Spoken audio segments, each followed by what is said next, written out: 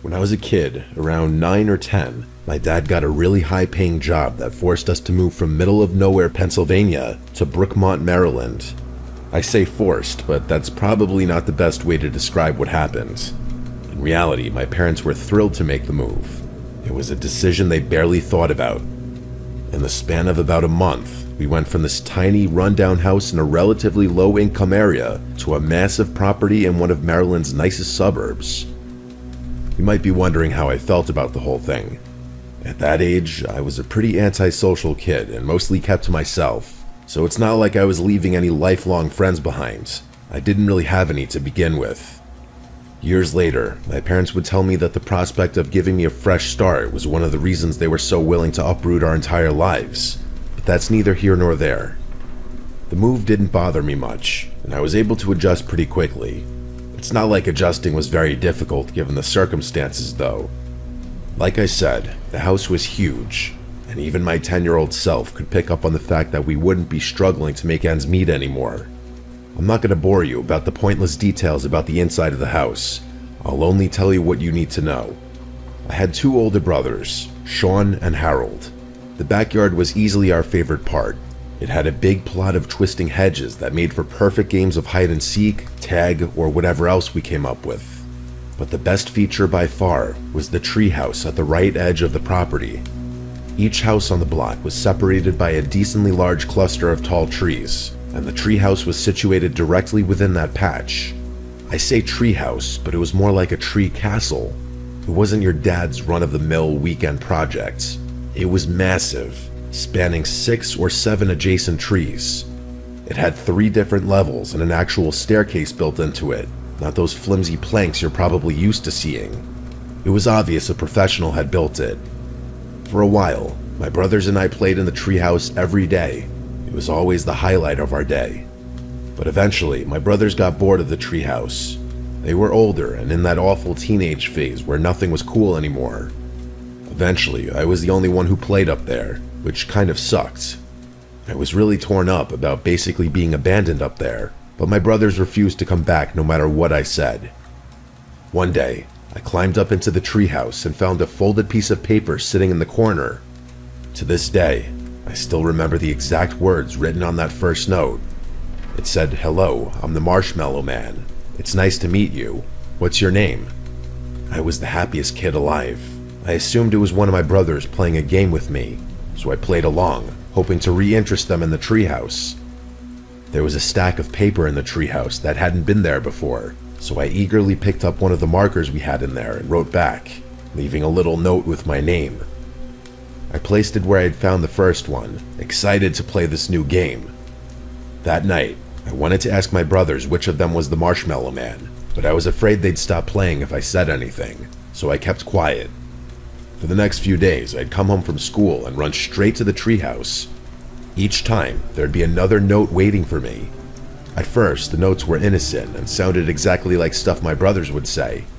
I was having a lot of fun with it, but as the days went on, the notes got stranger. The Marshmallow Man started asking me increasingly personal questions that I didn't fully understand.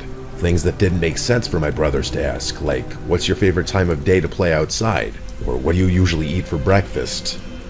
I don't remember every question he asked, but one of them that will always stick with me was, which window in the house is your bedroom? I look back at that exact question and literally feel sick to my stomach. At the time, I still didn't think too much of it. I assumed it was still one of my brothers, so I answered every question without hesitation. But the next note was so unsettling that I couldn't keep quiet anymore. It was something like, what do your pajamas smell like? Or something nasty along those lines. I stormed inside and confronted my brothers, demanding to know which of them was behind the notes. They both started laughing at me and denied it. Both of them swore there was no such thing as the Marshmallow Man and started making fun of me for still playing make-believe. I started crying and ran out of the room. I remember being a mixture of sad and angry. I knew one of them had to be lying. Instead of going to my parents, I hatched a plan to catch them in the act. I was not prepared for what was about to happen. That night, as I lay in bed, I heard tapping at my window. I froze, feeling my heart start to beat out of my chest. I was already scared of the dark to begin with, so the tapping added a layer of fear that I couldn't deal with. I sat there in the dark for what felt like hours, too scared to move. Eventually, I forced myself to sleep. The next morning, I pulled back the window curtains and almost screamed. Taped to the outside of my window were dozens of marshmallows. It had to be my brother's. I was so angry. This wasn't funny anymore.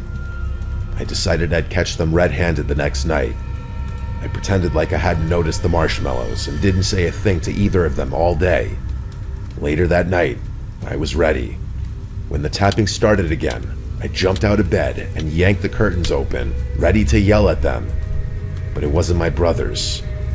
On the other side of the glass was a man, an old, disgusting man with yellow eyes and what looked like rotting teeth.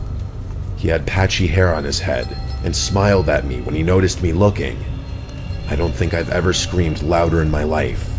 I felt like I was gonna die in that moment. My parents came running, but by the time they got to my room, the man was gone. It was a huge thing. The police searched the property, combing through every inch of the yard and treehouse, but they didn't find anything. They even checked the surrounding area, but that man was never found. Some of our neighbors came outside to see what was going on and reacted in horror when my parents filled them in. I told the police and my parents everything I knew, but there wasn't much I could even say. They took the notes in as evidence, but I doubt they really did anything with them. That man never came back. My parents told me to never play in the treehouse again, but it's not like I wanted to after that incident anyway. I moved out of that house a while ago, but my parents still live there, and I always take an extra long look at the treehouse whenever I'm back. This remains one of the scariest things that has ever happened to me.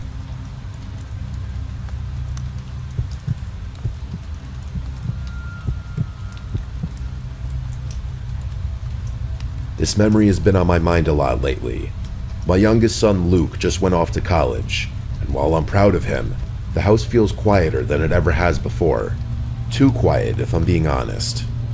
It's funny, when the kids are young, you dream of peace and quiet, but when it finally comes, it's not as comforting as you thought it would be. I don't know why, but his going away unlocked a part of my brain that honestly forgot about what I'm about to tell you.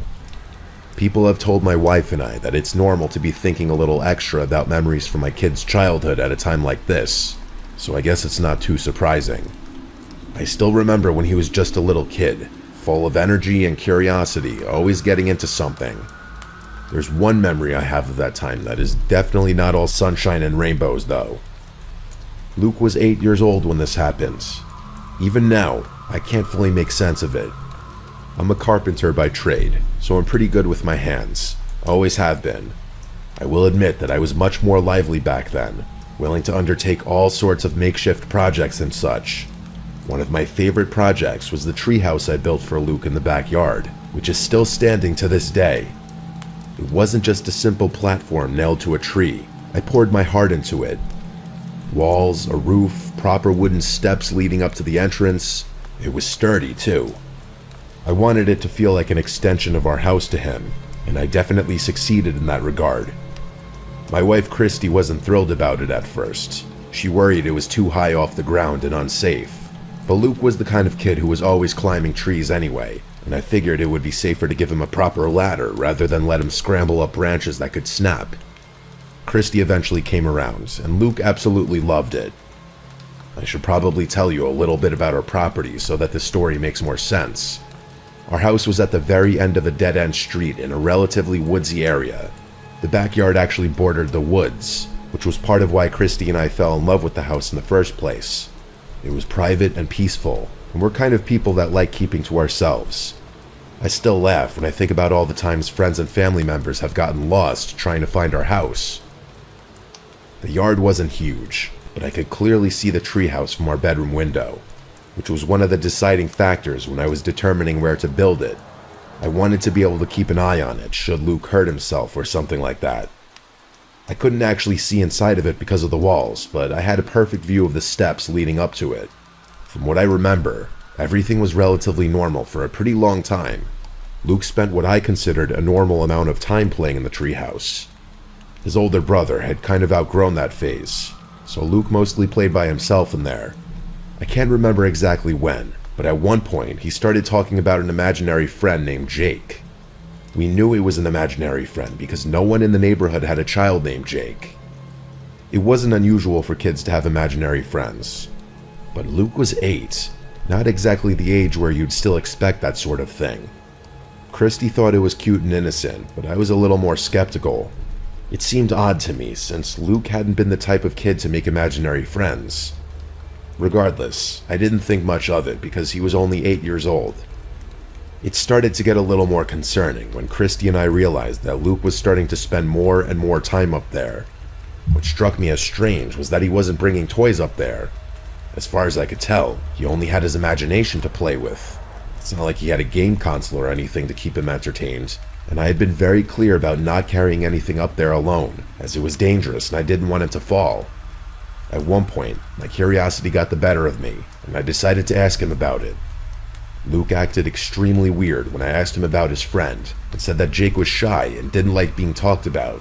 When I asked him why he was spending so much time up there, he told me that Jake only liked to play in the treehouse, and that he didn't like coming inside. I honestly didn't know what to say. It seemed like a pretty bizarre condition. Weren't imaginary friends supposed to be available wherever and whenever you needed them? I did some research later that day and found out that some kids only play with their imaginary friends in certain rooms of their house. So as weird as it was, I accepted it. Christy was pretty uneasy though. She thought Luke was taking this imaginary friend thing too far, and I honestly agreed. We weren't helicopter parents though. When it came to our kids, we let them spend their free time however they wanted to, as long as they were doing well in school and completing their chores.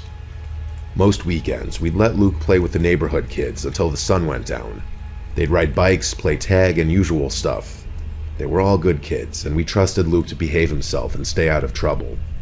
He wasn't the type of kid to pick on other kids or get into fights, which was why I was especially concerned when Luke came home one Saturday with a black eye. I cleaned him up and asked him what happened. He looked down at the floor and didn't say anything, but I insisted that he tell me what happened and I wouldn't be mad at him. What he said next made me shiver. He looked up at me and told me that he had gotten into a fight with Jake. I had to process whose kid Jake was before realizing that he was talking about his imaginary friend. I told him not to lie to me and that he wasn't being funny. Instead of fessing up, Luke just started crying and ran to his room. Christy was convinced he'd gotten into a fight with one of the neighborhood kids and didn't want to admit it. I agreed with that. She wanted me to take down the treehouse right then and there, but I couldn't bring myself to do it. That treehouse had taken weeks of hard work, and the thought of tearing it down didn't sit right with me. I told her that I'd talk with Luke and tell him that he was taking things way too far. Luke refused to come out of his room or talk to me for the rest of the day, so getting something out of him wasn't going to happen. The next day, I decided to investigate. When I climbed up into the treehouse, what I saw made my stomach churn. Scattered around were children's socks and sneakers, all dirty and tattered. I knew for a fact that none of them belonged to Luke. I also knew for a fact that they weren't my older son's either. We had donated all of his old shoes a long time ago. That's not all that was up there. There were also food wrappers, bags, utensils, even a couple of dirty plates. Weirdest of all, there were pencil drawings of wild animals on all the walls. There was a fox, a bear, some deer. I don't remember all of them, but I do remember that they were all animals. The one that stood out to me the most was what appeared to be a gigantic spider with a face that was just completely penciled over. It was just downright freaky. I immediately climbed down and asked Luke about the treehouse. He told me that Jake only liked to talk on a full stomach, so he had to bring him food and other snacks. He then told me that the shoes and socks were also Jake's, and that Jake was pretty forgetful in general. That was it. From that moment on, I forbade Luke from going into the treehouse. I knew he was still lying to me, and I wanted to punish him until he admitted to it. I was 100% sure that Luke had found those things around the neighborhood and was making up stories to cover it up. Christy was worried about Luke's mental health, and I was too. We thought about consulting a professional should things continue. But one evening, I saw something that changed everything. I was looking out the bedroom window when I spotted movement near the treehouse. At first, I was livid that Luke was disobeying me, but then I realized what I was looking at. A A sickly, frail-looking child was climbing down the treehouse steps. It wasn't Luke. He didn't look like any of the kids from the neighborhood either.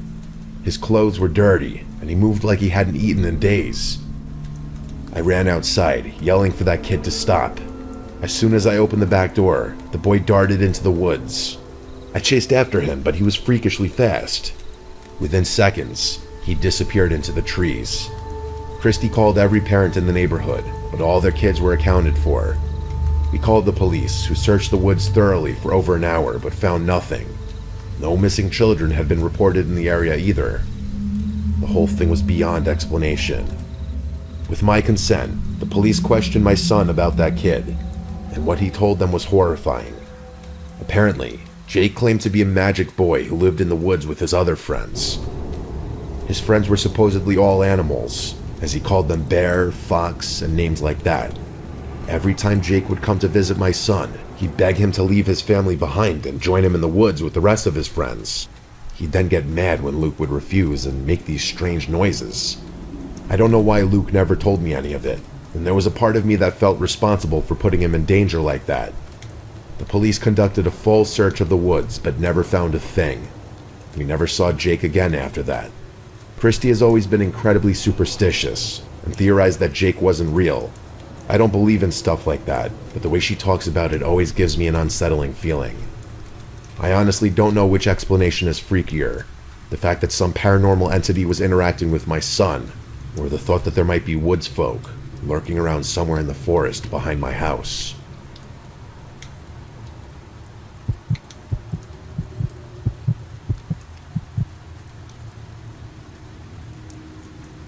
This happened a few weeks ago, so it's still fresh in my mind.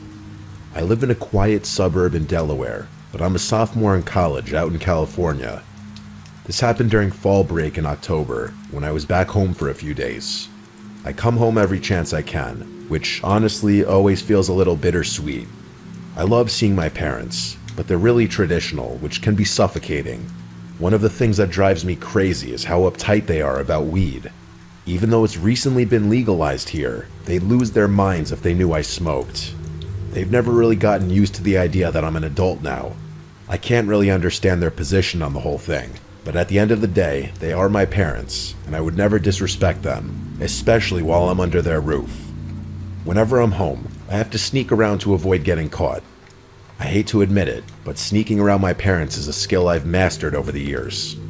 I can't even count the number of times I've snuck out of the house late at night, let alone all the other mischievous shit I used to do. My dad has the nose of a bloodhound, so smoking inside isn't an option. Thankfully, my old tree house is still standing in the front yard. My parents built it for me when I was a kid, and even though it's weathered and creaky in some spots, it's held up surprisingly well. It's high enough in the trees that it's basically hidden from view, especially from the house. From up there, I can see everything. The yard, the street, some windows of the house, but no one can see me unless they know exactly where to look. When I was younger, that treehouse was the place I went when I needed to escape, which, if you knew what I was like as a child, was relatively often. It's honestly kind of hard to talk about with all the old memories flooding back, but I'll get to the point. On the Saturday before I was supposed to fly back to school, my parents were out at some banquet or something that was going to run late into the evening. I knew they wouldn't be home for hours, but I didn't know exactly when they'd be returning. I didn't want to risk getting caught in the backyard, so I climbed up into the treehouse with my stash just to be safe. It was chilly out, and I could see my own breath in the air. I have this theory that cold weather induces more nostalgia, but that might just be me. It was quiet and peaceful up there, and it was nice being the only one around. I've always liked being up high too, so that definitely added to the experience. I watched the sunset as I thought about school, excited to go back. By the time I finished, it was mostly dark outside, meaning I had timed things just right. That's when I noticed it. As I was panning my eyes across the yard, a light turned on in the house. I froze, knowing I was the only one home. My heart started racing as I stared at the window, feeling that instinctual sense of fear that only arises from true danger. My field of vision began closing in around that single source of light, as if it were drawing me in. A few moments later, movement in the backyard snapped me out of my disassociative state. 3 hooded figures were circling the property, clearly trying to move quickly. My stomach dropped as I realized what was happening. I watched as the 3 figures moved to the front steps. That's when a 4th figure opened the door and let them in. My chest tightened as it hit me. My house was being robbed. I didn't know what to do, but I couldn't look away. Part of me was still frozen, and another part of me was still trying to convince myself that what I was seeing was real. That's the best way I can explain what I was feeling in that moment. One of the figures stayed outside, pacing the yard. I think some subconscious part of me clicked, because I looked down and my phone was in my hand, open to the keypad on my phone app. Without thinking, I dialed 911 and whispered into the phone, trying to stay as quiet as possible. I told the operator what was happening and hung up. But as I was putting my phone away, the light from the screen must have caught the guy's eye, because he whipped his head to look up into the trees. I ducked, but I was worried he had seen me. Not 3 seconds later, I got my answer. I heard a voice yell out, "Hey," clearly directed at me. I peeked around one of the wooden floor pieces and saw a dark figure walking towards the base of the tree. He knew where I was. I was sure of it. He got to the base of the tree and started climbing the wooden planks that led up to the treehouse. I screamed that police were on their way, hoping to scare him off, but he didn't stop. He just kept climbing, his hands gripping the planks like he was determined to get to me. Without thinking, I grabbed my bong, the only thing within reach, and threw it as hard as I could. It hit him in the head and shattered into a million pieces, and he let out a loud curse before falling to the ground. He wasn't very high up, but it was enough to make him reconsider. Instead of climbing back up again, he ran back towards the house and shouted at the other guys who were still inside. The next thing I saw was all 4 of them running to my backyard, where they presumably entered and exited from. My heart was still beating like crazy. Not even 3 minutes later, the police arrived. I was shaking so badly as I climbed down from the treehouse that I thought I was going to fall. I tried to tell them what had happened, but my words were a mess. I told them that I hadn't seen a getaway car and that I didn't get a good look at any of their faces. My parents pulled in not long after that. They were really sympathetic about the whole thing, which I was grateful for. The police told us that the robbers must have known my parents would be out that night. It seemed like a planned job, but what they didn't plan for was me being there. I still don't know how to feel about it. I especially don't want to think about what would have happened had that guy gotten all the way up to the treehouse. I'm back at school now, but if I'm being honest, I haven't had a good night's sleep since this incident. I'm terrified those people might come back, and even more terrified that my parents are there all alone. I'm worried sick about their safety, and I just hope that's the last we ever hear of them. I hope I never have to give an update, but I will if God forbid something comes up.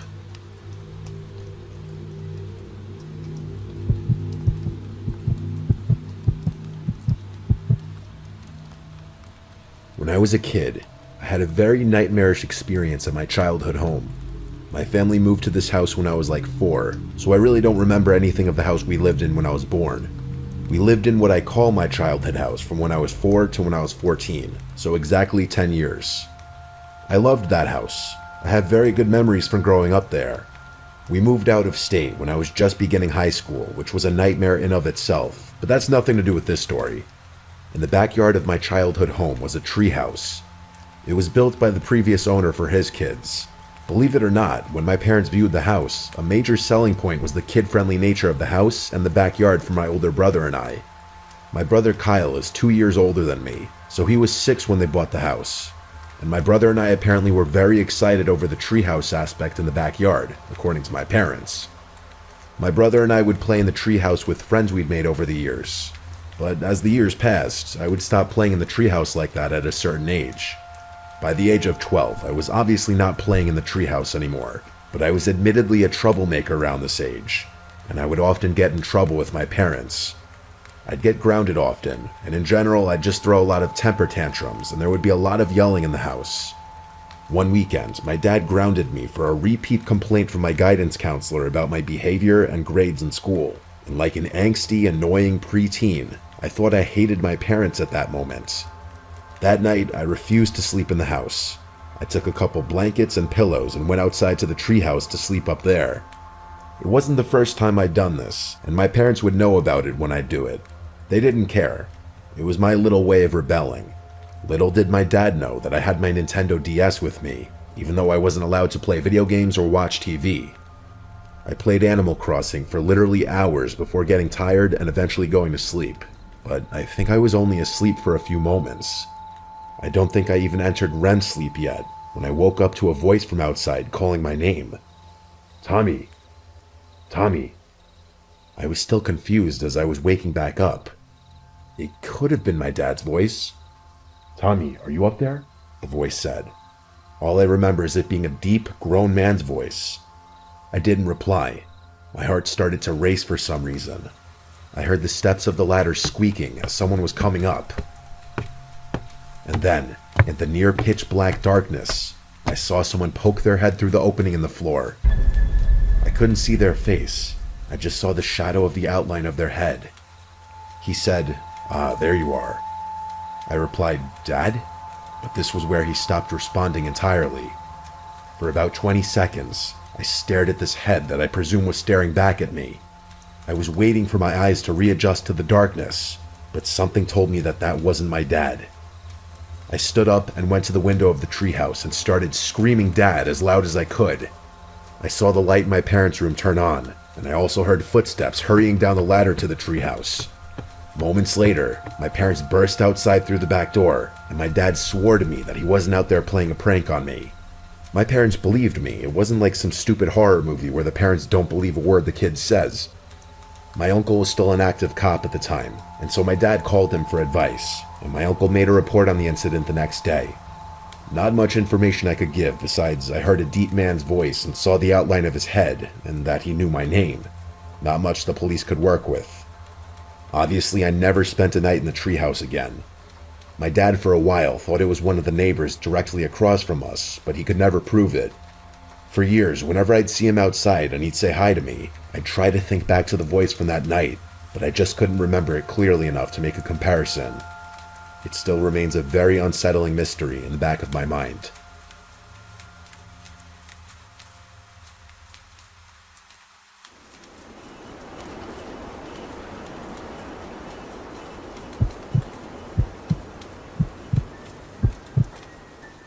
My name is Gregory, and this happened last December when I was home alone in my house for a whole week. My girlfriend had gone to stay with her parents for the holidays, and I stayed behind because of work. I live in a quiet neighborhood in a small town in upstate New York. The houses are pretty spaced out, and most of the people on my block go away for Christmas, so I basically had the whole street to myself. At first, I liked the idea of the peace and quiet. I thought I would get a lot of rest and maybe catch up on some shows and just enjoy the coziness of the holidays for a bit. But what happened that week still lives rent-free in my head. It was on my second night alone. It was around 6:30 and already completely dark outside. It had been snowing lightly all day, and there was a white layer on my yard and driveway. I was in the kitchen making a simple dinner, just pasta and chicken.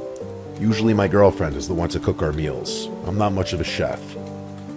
I turned on the TV in the background to make the house feel less empty, because as happy as I was to have the place to myself for a bit, I wasn't used to it being so empty and quiet in here. While I was eating at the table, I heard something unusual. It really took me a second to figure out what it was. It sounded like singing. I muted the TV and listened. The sound was definitely coming from outside. The singing got a little clearer, and I realized the person was singing Jingle Bells. At first I thought maybe some neighborhood kids were playing around outside, but the voice didn't sound like a kid. It sounded like a grown man. I got up and walked toward the front door because that seemed like the direction it was coming from. The closer I got, the louder it got. By the time I reached the door, it sounded like the singing was coming from right on my front stoop. I felt a weird feeling in my stomach, but at that moment I still thought maybe it was just a caroler. I opened the door, and standing in the glow of my porch light was a man around 35 years old. He wore no hat, and his coat looked too thin for the weather. But the strangest thing was that he was completely focused on singing Jingle Bells, staring down at my welcome mat like he wasn't even aware I opened the door. I remember forcing a little smile because I didn't really know what else to do. I'd never gotten Christmas carolers before. But even still, I never heard of a grown man doing it solo. It's supposed to be a group thing from what I know. He didn't look dangerous. He actually just looked sort of confused, or maybe slow. I even wondered if he was special needs or something, because he didn't react to me being there. He just kept singing. When he finished the song, I expected him to say something, or at least leave. But he just took a breath and started singing Jingle Bells all over again from the beginning in the same slow off-key tone. But now, he was looking up at me, making direct eye contact. I felt my smile drop because it was just weird now. I stood there another minute, pretending to listen, even though it felt uncomfortable. I kept thinking he would stop after the second run, but he didn't. He just looped the song. I checked my phone and realized almost 4 minutes had passed while he sang Jingle Bells over and over. Finally, I decided it was enough. I told him thank you in a polite tone, and I slowly closed the door. I thought that would send him on his way, but once the door was closed, I still heard the singing. It continued without even slowing down. I walked back to the table and sat down trying to ignore it, but the longer it went on, the harder it was to ignore. The man didn't seem normal, and it bothered me that he was still right outside my door singing the same song. I wondered if maybe he was special needs and someone was out there with him, like by the street or something, but I didn't see anyone else out there.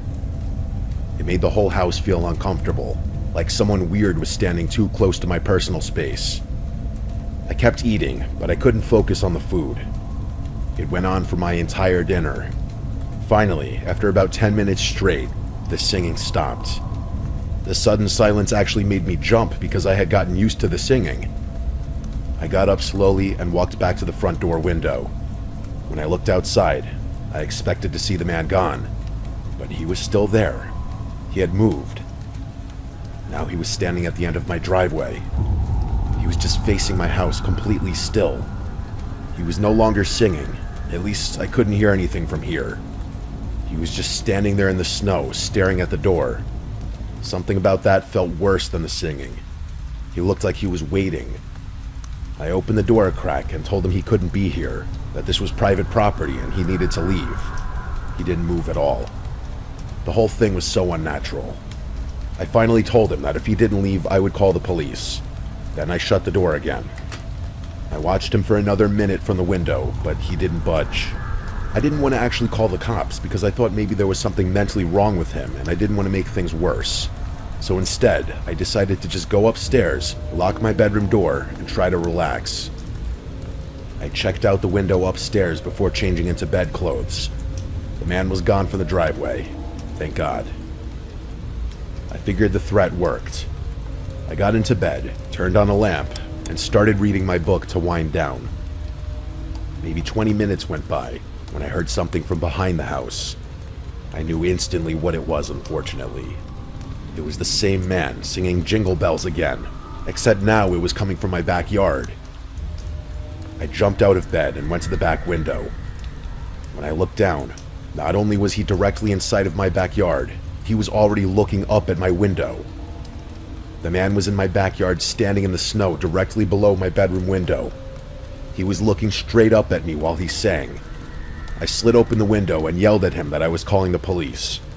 The singing stopped instantly. He stood there in total silence for about 3 seconds. Then, he suddenly burst into a full sprint toward the back door on the lower level. The second he was out of my view, I heard the most insane sound I've ever heard in my life. He started screaming at the top of his lungs, not like a normal scream. It sounded like a death metal singer, but even more insane and deranged. It echoed across the yard and through the entire house. Then came the banging. The back door shook violently as he kicked it, slammed into it, and probably tried ripping the doorknob off. I felt the vibrations from the impacts in my upstairs bedroom. I realized this guy wasn't just weird. He was trying to get inside. I grabbed my phone and called 911 right away. I begged them to hurry, telling them a man was trying to break in. I stayed on the line while holding a baseball bat with my other hand. I backed into my bedroom closet and shut myself in. The operator told me to stay hidden. I could still hear the screams and bangs from downstairs, and every second felt like he was going to break through. Then, just as suddenly as they started, the bangs stopped. Everything went silent except for my breathing. I didn't know if he left or if he got inside. I stayed completely still in the closet until the police arrived. They checked the entire outside of the house and confirmed the back door was still locked. The operator said I could come out and meet them. When I stepped outside to greet them, I finally felt like I could breathe again. We walked around the backyard and saw deep footprints in the snow, showing exactly where he had stood while singing to me through the window, and where he had run up to the back door. The footprints then led off into the woods behind my property. The cops went to follow the trail a little bit, but came back because it apparently wasn't worth going deep into the woods at night. They acted like it wasn't a big deal. They told me people act strange all the time, and that as long as I kept my doors locked, I should be fine. They didn't seem very interested in finding him, and that bothered me a lot, but I was too shaken up to argue. After they left, the house felt horribly empty and cold.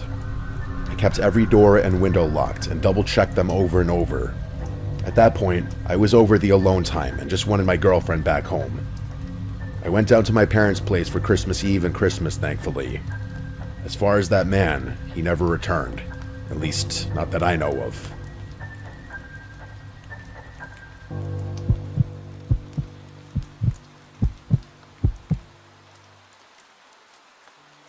This story is about my Christmas experience from about 10 years ago.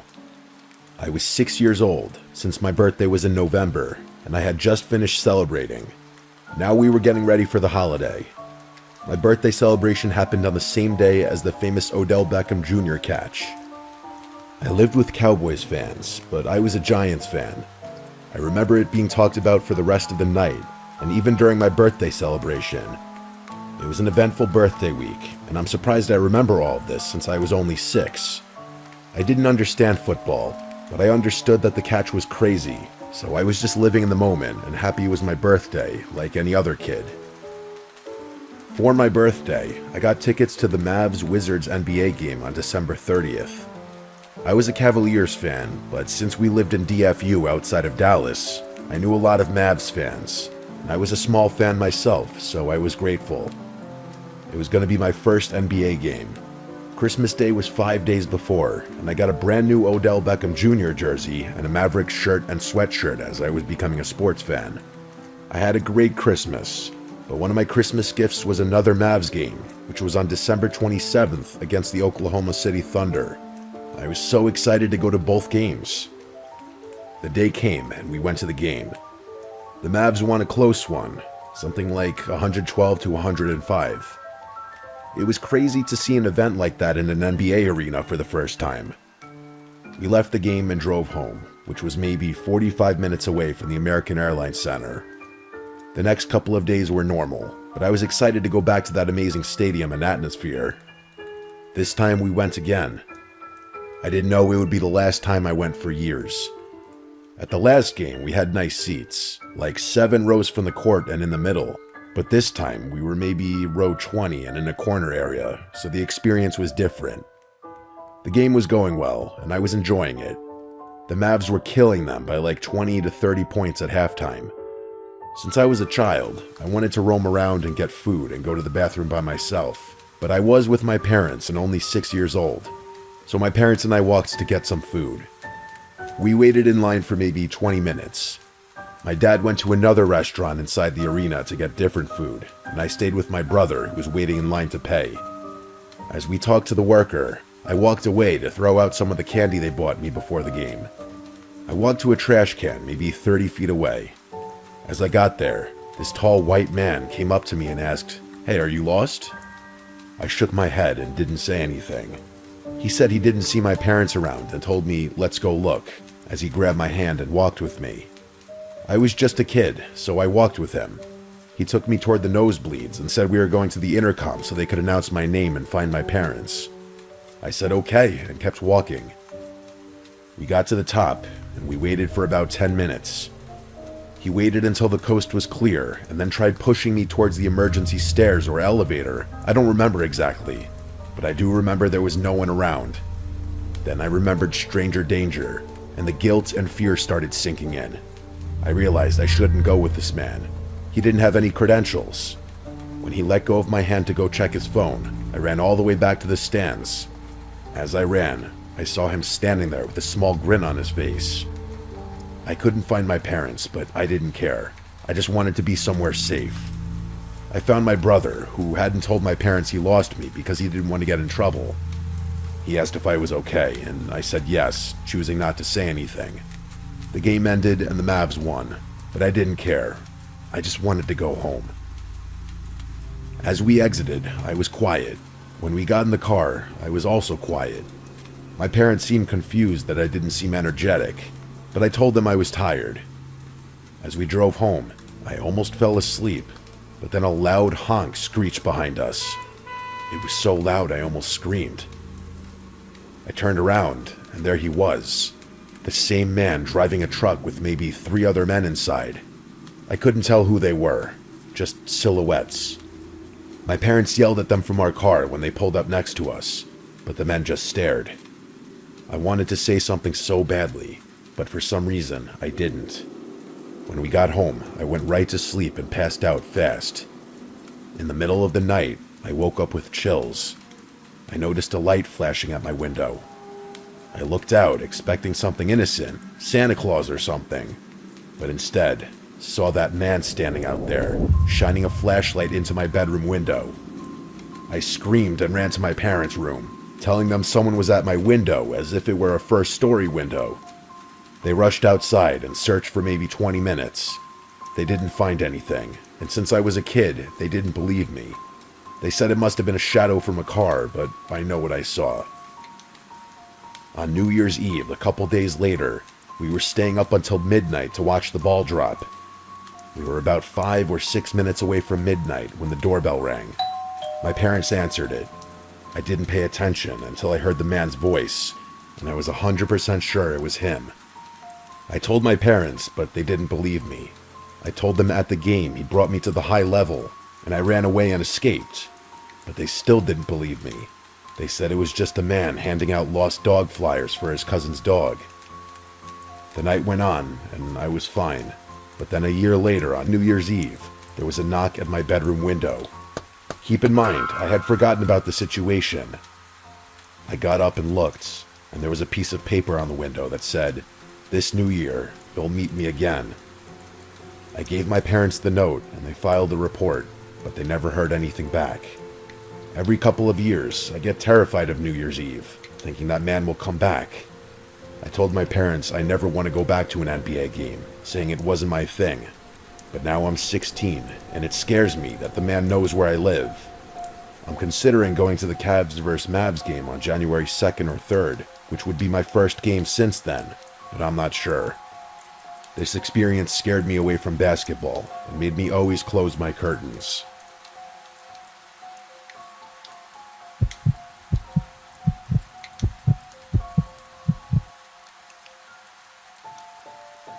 I remember this night way too clearly, and even now I think about how close my family came to something really terrible.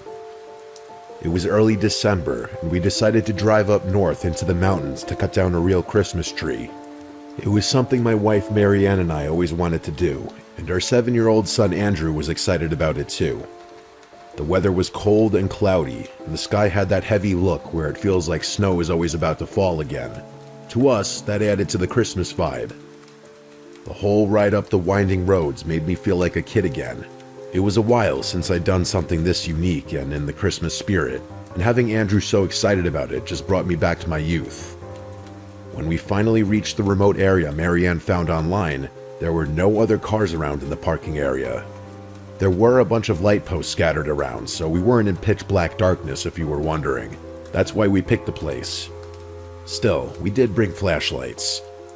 We parked by a small, unmarked path that led deeper into the trees. There was a lot of snow on the ground still from the snowfall we got a few days earlier, and up this high, the snow took even longer to melt. Andrew jumped out of the car right away and started throwing snowballs at us, so I started throwing them back. We were here to have fun, so of course I was going to try to make it as memorable as possible for Andrew. I grabbed our flashlights and the axe that I planned to use to chop down a tree. We walked up the narrow path with snow crunching under our boots. Andrew kept running ahead, stopping to point at trees he thought might be perfect. The deeper we went, the more the road behind us disappeared, and the only light came from the faint moon glowing behind the thick clouds. It was so quiet that I even asked Marianne and Andrew to stop for a second, just to really take it in. There was not a single sound, maybe a light breeze, that was it. To be honest, if I had been there alone, I'd have been slightly creeped out just off the silence and darkness alone. As we walked deeper onto the trail, we had to utilize the flashlights we brought, all three of us.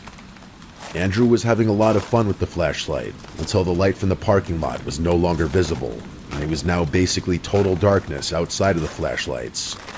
He started to get a little nervous, evidently, because he asked how far we were going to go, and he made a comment on the darkness. I kept feeling like someone was watching us, or like something was walking behind us, but every time I turned around, there was nothing but the empty snow path. About 10 minutes in, we finally found a spot where the trees were tall and full. Andrew ran around them in circles, looking for the best one. Marianne stayed closer to me and whispered that she wanted to pick a tree fast because she had a weird feeling too. I got exactly what she meant. This was a lot creepier than I had imagined. Right then, I heard soft crunching behind us. It wasn't any of us, nor was it an animal. It sounded like boots crunching the snow, but very slowly, sneaking-like. When I turned around, I saw a man in dark clothes, standing about 20 feet back on the path. He wasn't dressed for the weather. His hands were bare and red from the cold. His jacket looked more like a windbreaker. His face looked pale and stiff, like he'd been out in the cold for way too long. Marianne grabbed Andrew's arm to pull him closer. When the man noticed we were looking at him, he suddenly smiled in an off-putting way and stepped closer. He asked if we were looking for a Christmas tree. His voice, breaking the already unsettling silence, was uncomfortable. His voice was deep and kind of soft.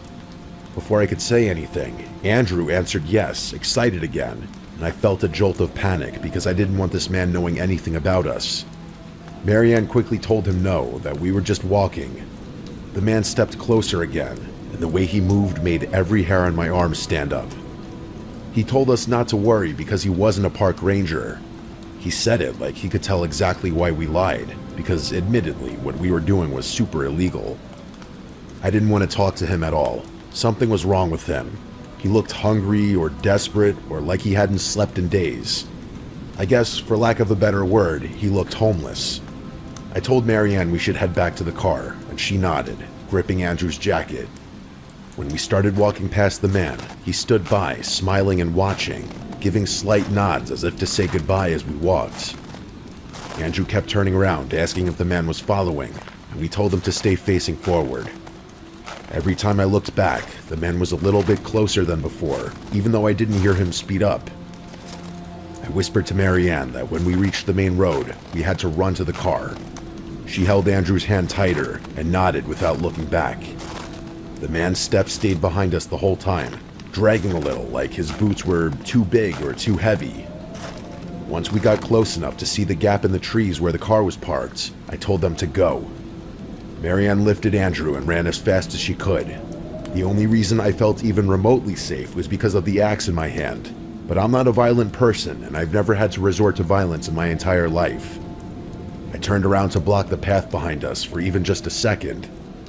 The man had stopped walking and was just staring at me, and he put his hands up halfway, still smiling, and then he said, "I mean no harm. Why don't you get back to your truck now?" And I felt my heart skip a beat as he said this. He said truck, like he knew we came in a pickup truck. I replied back simply that we don't want any trouble. Then I turned and started hurrying back down to the lot. But halfway there, Marianne screamed my name, sounding panicked. Oh no, I thought. When I got to the truck, she showed me that both right side tires were punctured. I didn't have time to examine it for long to realize it was him. I told Marianne to call 911 immediately, but she struggled to find service at first. She walked around the snowy lot for a bit until there was reception. She never strayed too far away. I had Andrew wait in the truck, who was now clearly concerned as he watched Marianne and I freaking out. He was old enough to know something bad was happening. Marianne seemed to be having a hard time on the phone, so I took it and explained our location and that we felt threatened by a random man in the woods who may have potentially been responsible for the tires. Given the potentially unstable individual in the vicinity, and the fact that we had a child with us, police were taking this very seriously, and told me to keep my family locked in the truck until police arrive, and that a tow truck will be sent as well. I was instructed to keep the operator on the line while we waited. but eventually the line started getting choppy, cutting out at moments because of the poor reception.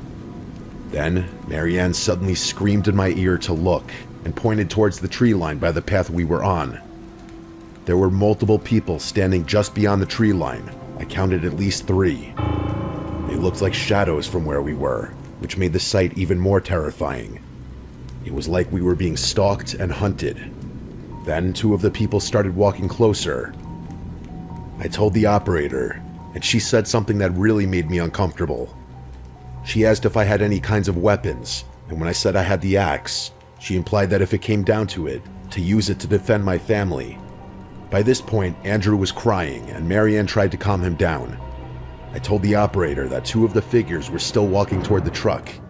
They weren't running or yelling or anything. They just walked very slowly, like they knew we weren't going anywhere. The 3rd figure strangely disappeared, likely back deeper into the woods away from the light. The operator told me the police were close, but I had no idea if that meant 2 minutes or 10. I kept looking back and forth between the tree line and the road in the distance, praying to see flashing lights. I tried to talk to the operator again, but the call dropped.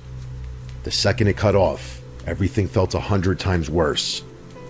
I locked the doors again, even though they were already locked. I kept my hand on the axe, gripping it so hard my knuckles hurt. As the 2 people were now within range of hearing them speak, we could hear them saying, "We're here to help," as they waved their hands in the air. We didn't recognize either of them to be that guy from earlier. "Do you think they're park rangers?" Marianne asked, and I said firmly, "Not a chance." But perhaps I said it too loud, because Andrew just started crying even more, which Marianne had to try extra hard to console him. These 2 people approaching were dressed similarly to that first guy, aka way underdressed, and their clothes looked worn out, almost dirty, and they didn't seem bothered by the cold at all.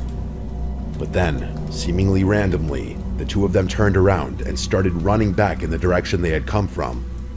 We didn't know why just yet, but it was soon clear. Never have we been so ecstatic to hear the sound of police sirens. It was getting louder fast, and eventually we saw the flashing lights coming from down the road. Coming pretty fast, actually. The police SUV entered the lot with its spotlight on, and it instantly shined in our direction. I flashed my lights to try to get the cop in the car to see the men running back into the woods.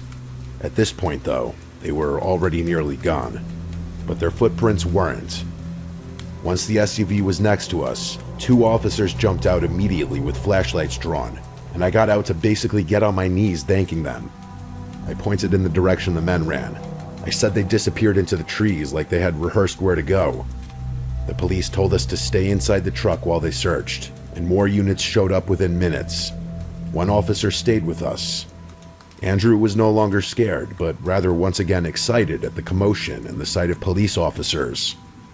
After a long search, the police came back and told us what I already knew they were going to say. They didn't find anyone, just tracks in the snow that went deep into the woods and eventually spread out in different directions. They didn't know if the people lived somewhere out there or if they were part of some kind of camp deeper in the mountains. They said sometimes drifters or squatters stay hidden in remote areas during the winter. The tow truck eventually arrived, and the police stayed around us the entire time until our truck was loaded up. We had to sit in the back of a patrol car to stay warm while they finished everything. No one really said much. Marianne held Andrew in her lap, and I just stared out the window, watching the dark tree lines, half expecting to see someone standing there again. On the ride back home, none of us talked. It was like all of us were afraid that saying anything out loud would make it real again. We didn't try to cut down a Christmas tree ever again. We didn't even go back to that mountain area. Even now, 10 years later, I refuse to go anywhere near it. To this day, what scares me the most is the thought that they had been watching us long before we even noticed them. They saw us arrive in that parking lot because they knew to strand us by slashing my tires, and they were waiting for us to go deep enough into the trees so we wouldn't make it back to the truck. We were lucky we trusted our instincts enough and decided to leave for the truck almost right away. We were also lucky I was holding an axe, which may have dissuaded them from doing something crazy. I don't like thinking about how close we came to potentially never going home.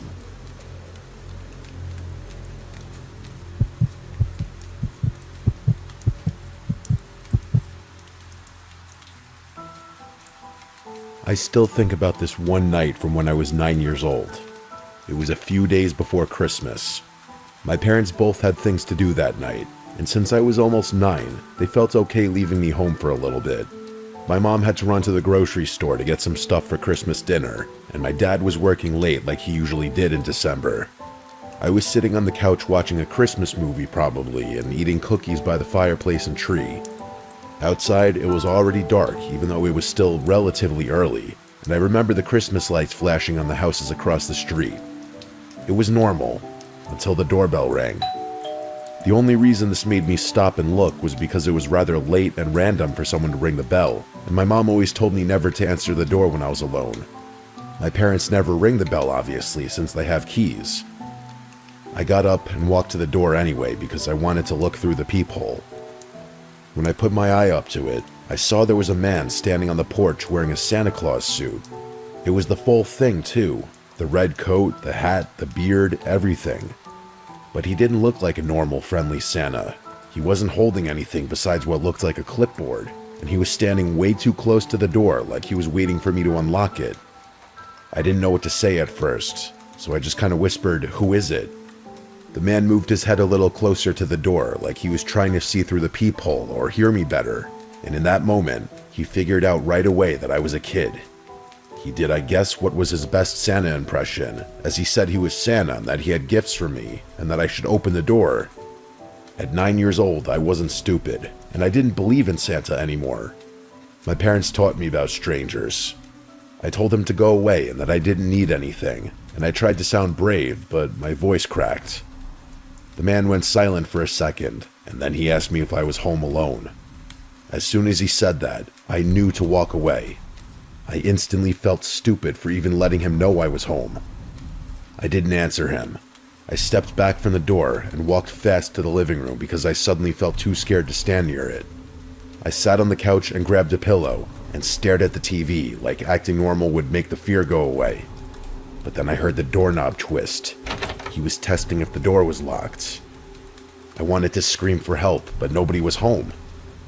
I waited and hoped he would leave. But a moment later, I heard another sound from the back of the house. It was the back doorknob twisting. It happened so fast after the front door that I bet he ran around the house to the back.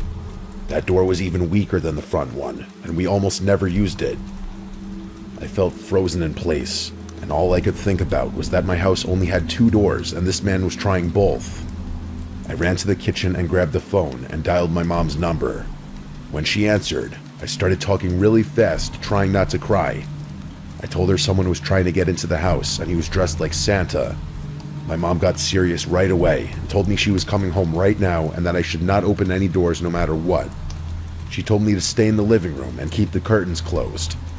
I sat on the floor behind the couch where I couldn't be seen from any windows, and I stayed completely still. I kept hearing small noises outside, like footsteps or light taps, just some forms of sounds indicating that someone was still there. Eventually, they stopped, and not long after, I heard a car pulling into our driveway, and I knew it was my mom because I recognized her squeaking brakes. I stayed where I was until I heard the front door unlock and slam open. My mom came in breathing hard and holding 2 grocery bags. She locked the door behind her and yelled out for me, and I ran to her right away. She hugged me and then told me she had just seen a man dressed as Santa walking down our street. She said she slowed her car down when she saw him, and she yelled at him out the window asking what he was doing.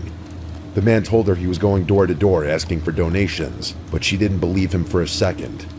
She said he looked nervous, and that he walked away fast when she started yelling.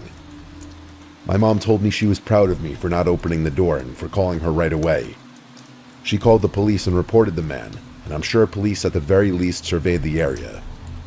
We never found out if he was arrested or if he just disappeared into the neighborhood. 2 neighbors did say, though, that the man knocked on their doors asking for donations, though they said it seemed like a scam. Regardless, that doesn't change the fact that he tried to get into our house, where he knew a little boy was home alone. I still think about that night every year around Christmas when I see Santa decorations. I just remember being 9 years old and knowing that man on our porch was not Santa and that he wanted something else. I guess I was lucky the doors were locked and my mom got home when she did. What would have happened if that door was unlocked is terrifying to think about.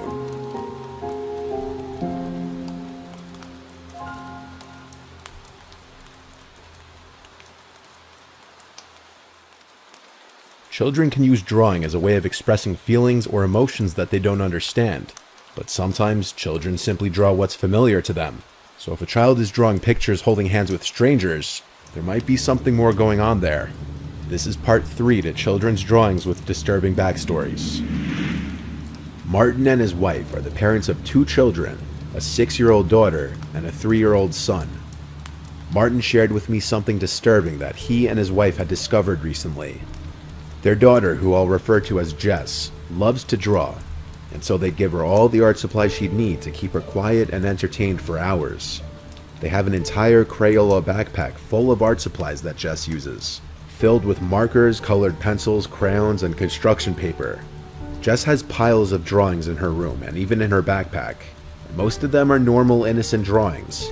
However, one day Martin found a picture in Jess's room that he was kind of confused about at first. It was a picture of some random looking woman holding Jess's hand, but it didn't look like Martin's wife, who was blonde. It was a brunette woman. Martin asked Jess who the woman was, and she said it was the woman who would visit her sometimes. Sounds like something a 6-year-old with an imaginary friend would say. When Martin asked what her friend's name was, Jess said Lucia. This was immediately cause for alarm to Martin, so he went to show his wife the picture and asked his wife if it looked like her sister. At first, his wife said it looks like it could be anybody, but when Martin said her daughter said her name was Lucia, she gave Martin this telling look as if she immediately understood. Lucia was the name of Martin's wife's deceased sister, who died before either of the couple's children were born. The couple went to the daughter's room and asked Jess who exactly Lucia was. Jess again said, "She visits me sometimes." Trying to get more details, the couple asked what time she usually visits, and what do they talk about. She responded something along the lines of, "She visits at night sometimes when I'm drawing." Martin's wife asked Jess to draw another picture of her the next time she sees Lucia, this time with more details, and Jess agreed to do so. From now on, Martin and his wife would keep Jess's door ajar just so they could hear if Jess was talking to someone. It wasn't until a few nights later that while in the kitchen, the couple both heard Jess talking to someone in her room all of a sudden. So the two went towards the room quietly to listen to what she was saying. There were long gaps in between what Jess was saying, but she was clearly talking to someone or something that didn't appear to be there, because she seemed to be answering questions that the parents couldn't hear being asked. At one point, Jess said, "They asked about you when they saw my picture of you. They want me to draw you again." Then Jess stopped talking completely, and that was when Martin and his wife entered the room and asked if she were talking to Lucia again. She nodded her head, and they asked where in the room Lucia was. Jess turned and looked around the room, then focused on the corner and said, "She's standing right there." Martin and his wife looked in the corner of the room, to nothing. Yet both of them agreed they felt an uneasy feeling in the room and were extremely uncomfortable. Martin's wife said softly to Jess to draw what Lucia looks like right now, down to every last detail, and after Jess said, "Okay, Mom," the couple left the room. Jess didn't speak anymore, and the parents were left feeling a little uneasy. It was a short time later that Jess called her mom back into the room, and so both Martin and his wife went back to her room, and she presented a new picture. This picture confirmed the couple's fear. This was the photo. In this new photo, with a lot more detail, Jess drew Lucia to have blue eyes, a small mole above her lip, and dressed in white. Lucia was buried in white, and had blue eyes and a small mole above her lip. Martin's wife was never close with her sister, having only attended the funeral for a short time, and so Jess had never learned of her deceased aunt yet. There were also no pictures around the house that she could have seen. Martin and his wife told Jess that they didn't want her talking to Lucia anymore. This was not because Lucia did anything particularly horrible in her life per se, but rather that it was genuinely scaring the couple. The couple had a priest come bless the house and ask any spirits to please leave in peace. According to Martin, they haven't had to deal with any further instances. This was submitted by an art teacher from an elementary school. Twice a year with each class, the teacher would hold what she called draw and tell, which would have the children draw anything that meant something to them, and then tell the story behind it. This was with a 3rd grade class. As most students were drawing pictures of them and their families, or pictures with their pets, or any other number of things, One boy was drawing what looked like nothing but fire. The other kids at his table were noticeably glancing over and laughing at him as he did it, and as the art teacher noticed this, she went over to the boy and asked him why he was drawing fire. He's supposed to be drawing something that means something to him. The boy said, "I know, I'm not finished yet." So the teacher let the boy continue to do his thing. As the students were finishing up their drawings, the teacher came back to the boy and now noticed that the boy had added a house to the drawing. The teacher asked the boy to come with him to the hall, and she took the drawing with them. When in the hall, the teacher asked the boy why he was drawing a burning house, as this was completely inappropriate for a draw and tell.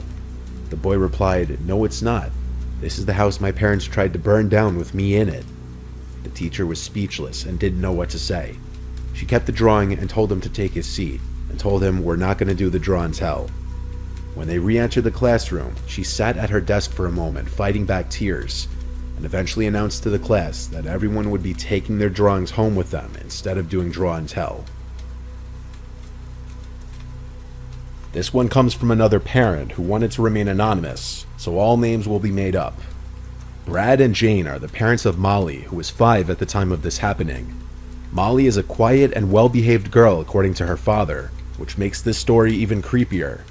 Brad and Jane's bedroom is right next door to Molly's. The night the strange events began is when Molly came to her parents' room and said she's scared that something's in her closet. Brad walked her back to her room and showed her the inside of her closet to assure her that no monsters were in there. The next night, Molly returned to her parents' room, saying there's a monster inside her closet again. This time, Brad and Jane let Molly sleep with them, and then the following day, Molly drew a picture of the alleged monster she was seeing and showed it to her parents. Brad stated the picture admittedly creeped him out, but till this point, this all just seems like normal child stuff. Until one of the next nights, when Brad and Jane woke up to Molly crying and screaming. They ran to her room to see what was wrong, and she said, "I'm bleeding," as she had her shirt lifted up. On her back were what looked like 2 scratch marks. Molly claimed it was the monster. Brad tore the bedroom and the whole house upside down looking for anybody that could have done it. When the house proved to be empty, Brad and Jane had no choice but to assume Molly probably did it to herself somehow, either intentionally or accidentally. But as time went on, and the couple had time to think about it, the chain of events seemed too crazy to just be coincidental. While the couple had Molly ease back into sleeping alone, Molly never changed her story that the monster was the one to scratch her back. To make her feel better about sleeping alone, they moved Molly's furniture to the spare bedroom and made that one her new room. Molly came to her parents' room a couple other times in the middle of the night, but both times, when asked if she saw the monster again, she said, "No, I'm just scared." Luckily, no bodily harm was done to her in her sleep again. This following picture and story was submitted by Giovanna, who had found this picture on her desk in her room because she allows her 7-year-old brother to use her desk to draw on. She found it strange from the beginning that her brother would leave this on the desk in the first place, because normally he would take all of his drawings with him back to his room and hide them. But since he left this one, she felt like he wanted for her to see it. Upon taking a look at it, it looked like an innocent enough family drawing done by a 7-year-old. But then tucked away in the corner is a black figure labeled the Taking Man.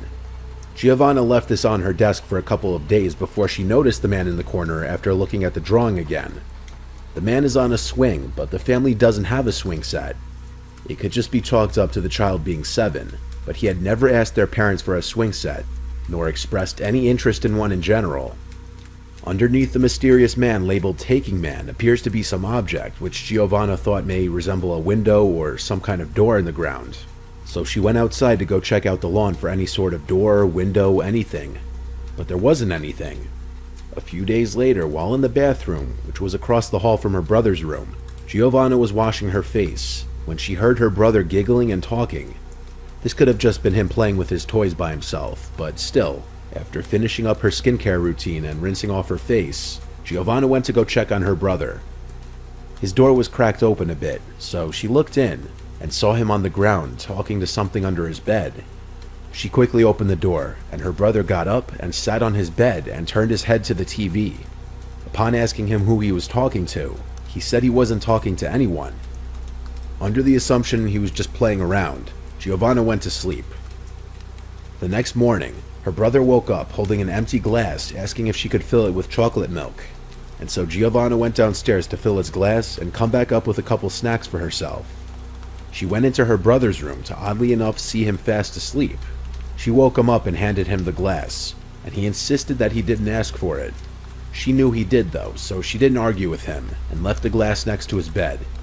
That night around 4 a.m., Giovanna woke up to hear her brother talking again. So she went across the hall to her brother's room and peeked her head inside. And the last thing she remembers is hearing her brother talking to someone and seeing a black shadow in the room. The next thing she remembers is waking up in her bed the next morning. When confronting her brother, he denied any recollection of talking to anybody last night.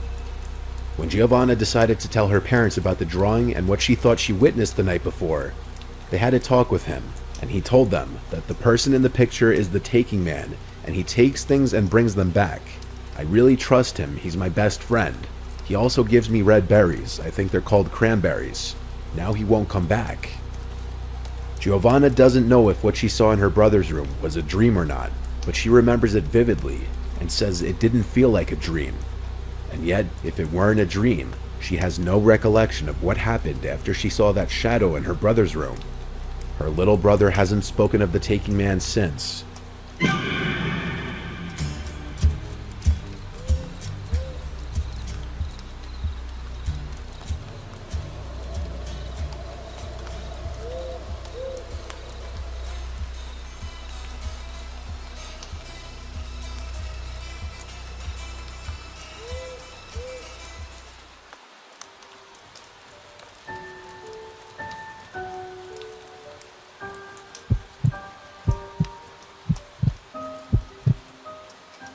I'm a single mother of my 8-year-old boy Mark. When this happened, he was 5 and I was 27. I have my own house that was passed down to me from my grandparents. It's in the quiet side of town with a lot of older people, and I still live here with Mark today. It was Christmas time, and I was out with Mark shopping. I was doing my Christmas shopping for my family. Mark and I went to the mall, including a few clothing stores and a hardware store where I bought a gift for my dad. After all the shopping was done, I took Mark to McDonald's to get him some burgers and ice cream. Afterwards, we left the mall through the south exit, and here we bumped into a mall Santa standing outside. He waved at us and said the usual Santa stuff. He then knelt down to get to Mark's level and asked him what he wanted for Christmas. Mark led my hand closer to the Santa, and I allowed it because he seemed like a normal, nice mall Santa. Mark said he wanted a Nintendo Switch, which ironically was what I was planning on buying him for Christmas. The Santa laughed and said, "If you're good, maybe you'll get it," while looking up at me and winking. I smiled, and then he stood up and started complimenting me, saying to Mark, "Your mother's a looker, Mark, you know that?" And Mark laughed, even though he didn't know what that meant. I still smiled. Then we had a couple minutes worth of seemingly friendly adult conversation about the holiday mayhem and such. The guy said he worked for the mall. I regrettably mentioned the stress of being a single mom during Christmas is unfathomable, and then I made a joke about needing Santa's help. Then the Santa made what I thought was an innocent joke, saying, "Mark, have you ever heard the song, 'I Saw Mommy Kissing Santa Claus'?" And Mark shook his head yes. Then he leaned in towards me with his cheek, implying he wanted me to kiss his cheek. I was going to give him an innocent little peck on the fake beard, but as I leaned in, he turned his head and tried doing that old trick where he kisses you on the lips instead. I moved my face away in time. The way he did it was so creepy and aggressive too. He looked at me and started doing the Santa kind of laugh, but there was nothing jolly about it. I said, "Come on, Mark," and we started walking away. He yelled "Merry Christmas," and that was the last thing I heard him say. As we drove away past the back exit of the mall, I noticed he wasn't there in front of the entrance anymore. I wish I took that into consideration as to what may have happened next. We got home, and after bringing everything inside, I locked the door, and Mark and I started to watch a Christmas movie. Our wholesome time together was then interrupted. My doorbell rang. I wasn't expecting anyone, and it was late for any kind of door-to-door people. I told Mark to keep watching as I went to go answer the door. I said, "Who is it?" through the door, and a man's voice on the other side said, "It's Santa." My heart dropped. I said, "If you're the mall Santa, please go away, or I'm calling the cops." He replied, "You dropped something out of your bag, miss. I'm just looking to return it." I replied, "What did I drop?" He replied, "I don't know, miss. I'm not looking to be nosy, but if you open the door, I can hand it to you." I repeated myself that I wanted him to leave now.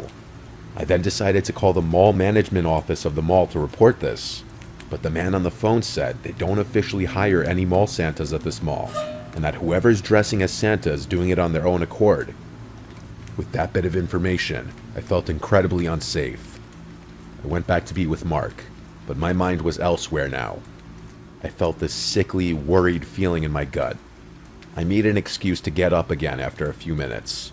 I went to the kitchen out of earshot of the TV. I raised the blinds to the kitchen window. I couldn't see anything out there, being that the kitchen light was on and it was pitch black outside. But I heard a man yelling, "Ho, ho, ho." He was probably out there watching me at that very moment, looking out the window.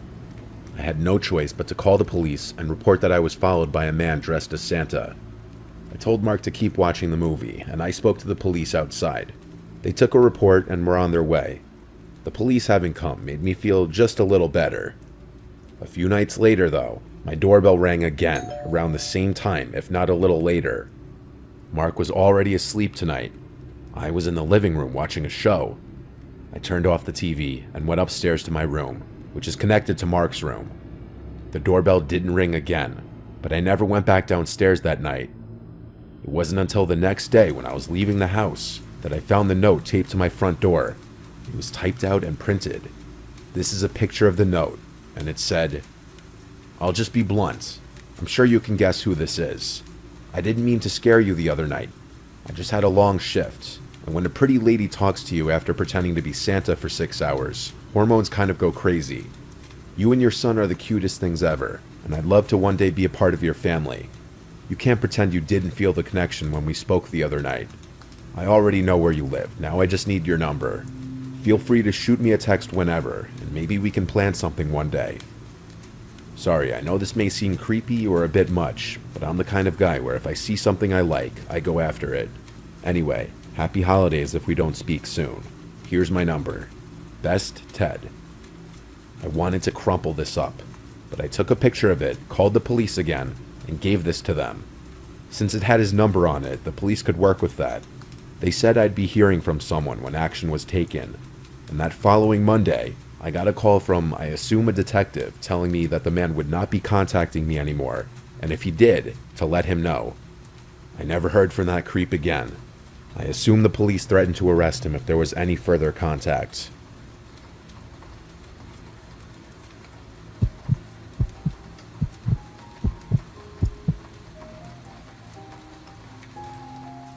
This is a short but scarring story nonetheless from my early childhood. I grew up in an average middle-class home in the suburbs. My sister and I were huge fans of Christmas as kids. I had to be like 6 years old when this happened, because we had just moved to our new house. This is one of my earliest memories in life that I remember vividly just because of the gravity of it. On Christmas Eve, I would always have trouble sleeping, even as a young kid, just due to anticipation. I would stay up really late playing video games in my room on my old box TV. I'd play until I just fell asleep from exhaustion. This night in question, I was playing a Star Wars game for the PS1, and when I had to go to the bathroom, I turned the volume down low and quietly snuck out of my room, because I knew my mom would get mad if she heard me sneaking around on Christmas Eve night. I snuck to the upstairs bathroom, and when I was done, I was quietly going back to my room, when I heard the sound of the tree rustling around downstairs. My first instinct was to think, Santa. I started tiptoeing down the stairs until I got to the bottom. The sound of the rustling pine needles was louder now. I peeked around the bottom wall of the stairway into the living room. There were no lights on, except for someone holding a flashlight. I could see only the person's legs as they were bent over behind the tree. There was a black bag on the floor, and this random adult man came out from behind the tree and looked at me. He looked at me and put his pointer finger up to his mouth, and he made a shushing motion with his lips. He whispered, "Yes, I'm Santa." I was old enough and smart enough to know that wasn't what the Santa I grew up knowing looked like. I started screaming for my mom and dad as loud as I could. I remember the man started freaking out, deciding whether or not to take the bag he filled with our gifts, and he ended up running away to the front door. I don't remember if he had to unlock it or if it was already unlocked or not. I just remember him leaving through the front door, and seconds later my parents running down the stairs. I'm sure I screamed there was a man in here, and them seeing the black bag on the floor filled with our would-have-been stolen gifts proved that.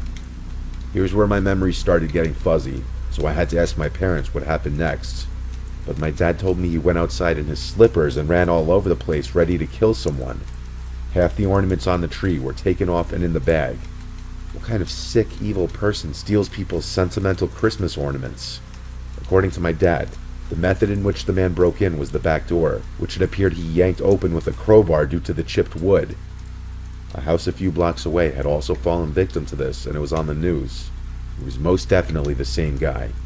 I don't remember much from when I was 6, but this is a memory that most of it still sticks in my brain like it was only a few years ago.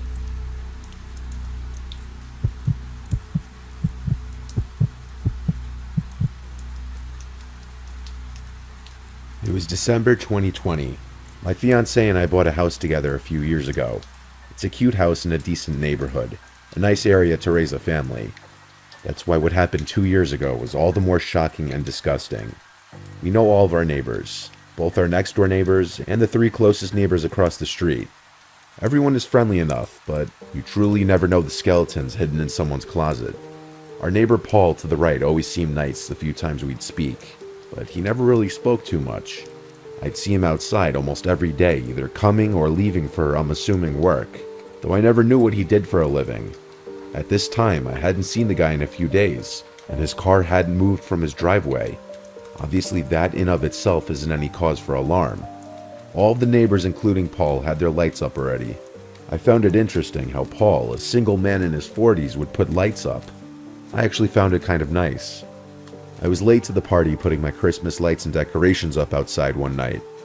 While doing so, I noticed Paul's Christmas lights out of nowhere started flickering like crazy. All of them, not just one strip of lights. It looked like it could have just been faulty wiring or some electrical glitch. The next day, I left for work around 10, and noticed again Paul's car was still in the driveway. I also noticed all the blinds in his house were still closed. Even when I got back from work, the blinds were all closed, but his Christmas lights were on, so he was definitely home. I joked with my fiancée that he must have been on some kind of hibernation. Later that night, my fiancée came inside and told me of Paul's Christmas lights acting up. I went outside and it was the exact same thing that was happening the night before. The flickering wasn't happening in a way that would appear that he programmed it that way. It was happening in a very spastic, glitchy sort of way. So I figured I'd be nice and go let him know, and also see if he's okay since I hadn't seen him. I knocked on the door, and when there was no answer, I rang. All the blinds were closed and I couldn't tell if the lights were on or not. When there was no answer, I rang one more time. Finally the door opened and Paul greeted me. I let him know about his flickering lights, which I just noticed weren't flickering anymore. I promised him I wasn't making it up.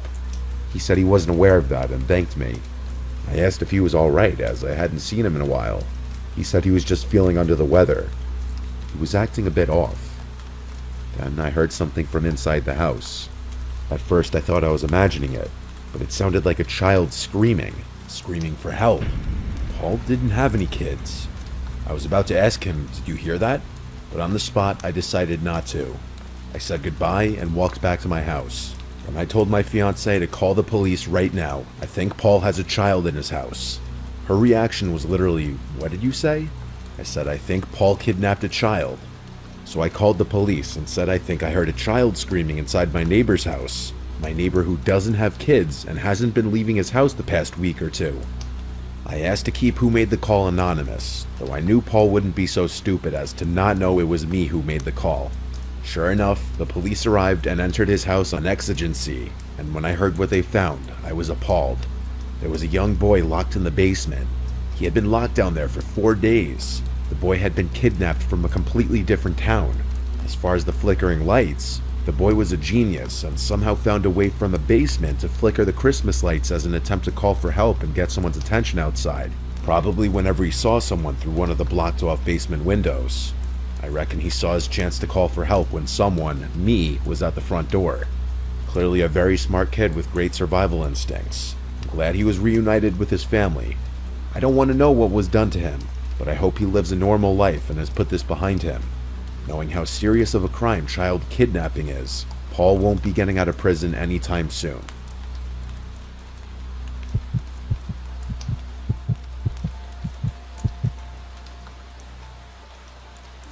I was home alone one weekend, so my girlfriend Jenny came over to spend the weekend with me.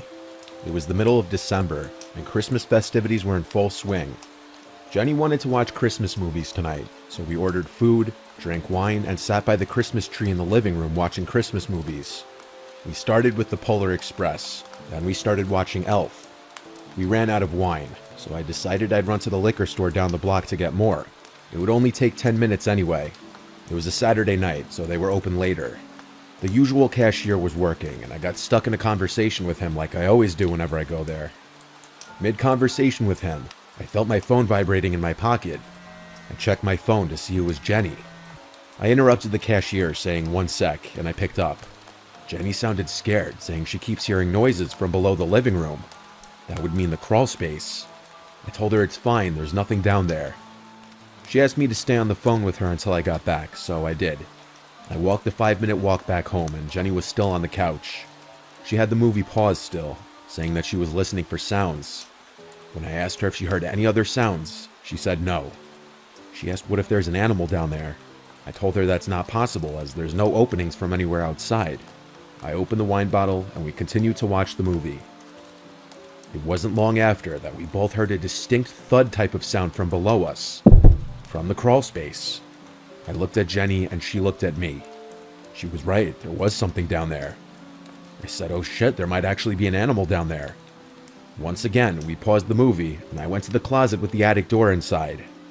I grabbed the flashlight on the ledge and went down into the crawl space. I stayed by the crawl space door and just did a quick scan of the place. There are a million boxes down there, so a small animal could have been hiding anywhere. It smelled like piss in there, which pretty much confirmed that there was something down there. I'm not an exterminator or pest control, so there was nothing I could do about it.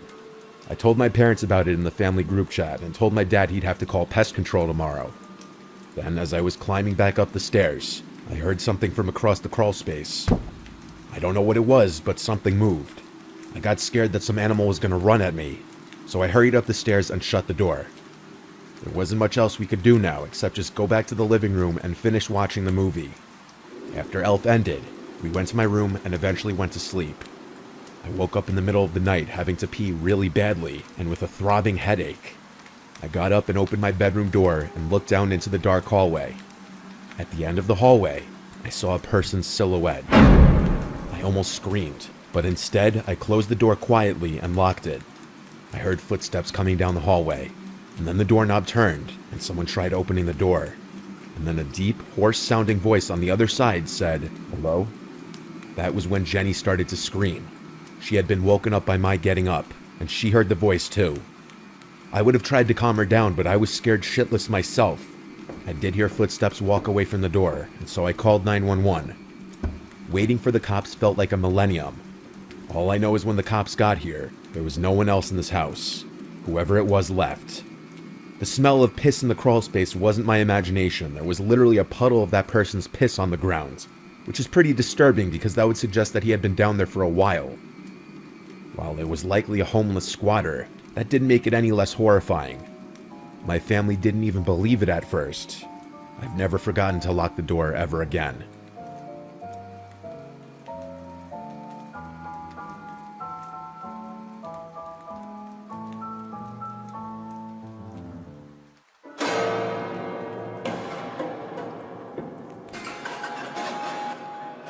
Number 4.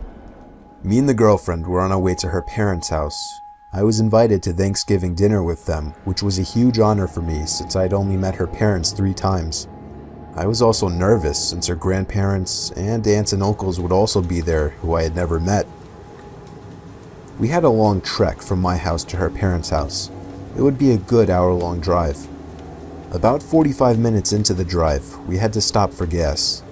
We pulled up into a literally dead Gulf station right off the highway, and I decided to fill up with premium for once to do my car a favor.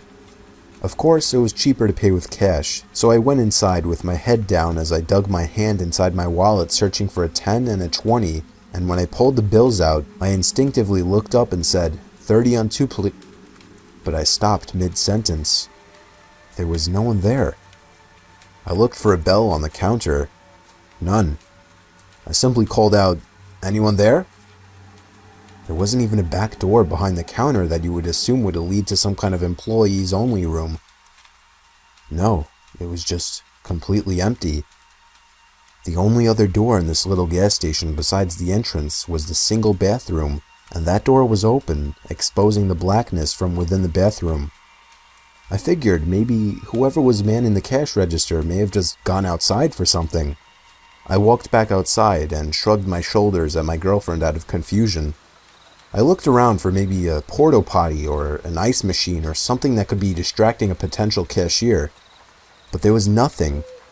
It was a relatively small little station with foliage surrounding it in almost all directions. I figured maybe somebody could be behind the building smoking a bogey or a doobie, so I went back there as a final attempt. Nope, just a dumpster sitting under a dimly lit roof light. Ugh, I figured I'd just pay credit at this point and turned back. But as I did, somebody from out in the woods called over to me in a kind of whispery yell. My heart skipped a beat when I heard this. Hey! Hey! I kept hearing it from the woods. I took out my phone and flipped on the flashlight just to skim the outer tree line for anybody who could be hiding in there. As my now shaking hand rotated the phone slowly, the light momentarily revealed somebody from behind a tree. I took off back to the car and stepped on it out of there. My girlfriend was scared shitless just in reaction to my fear.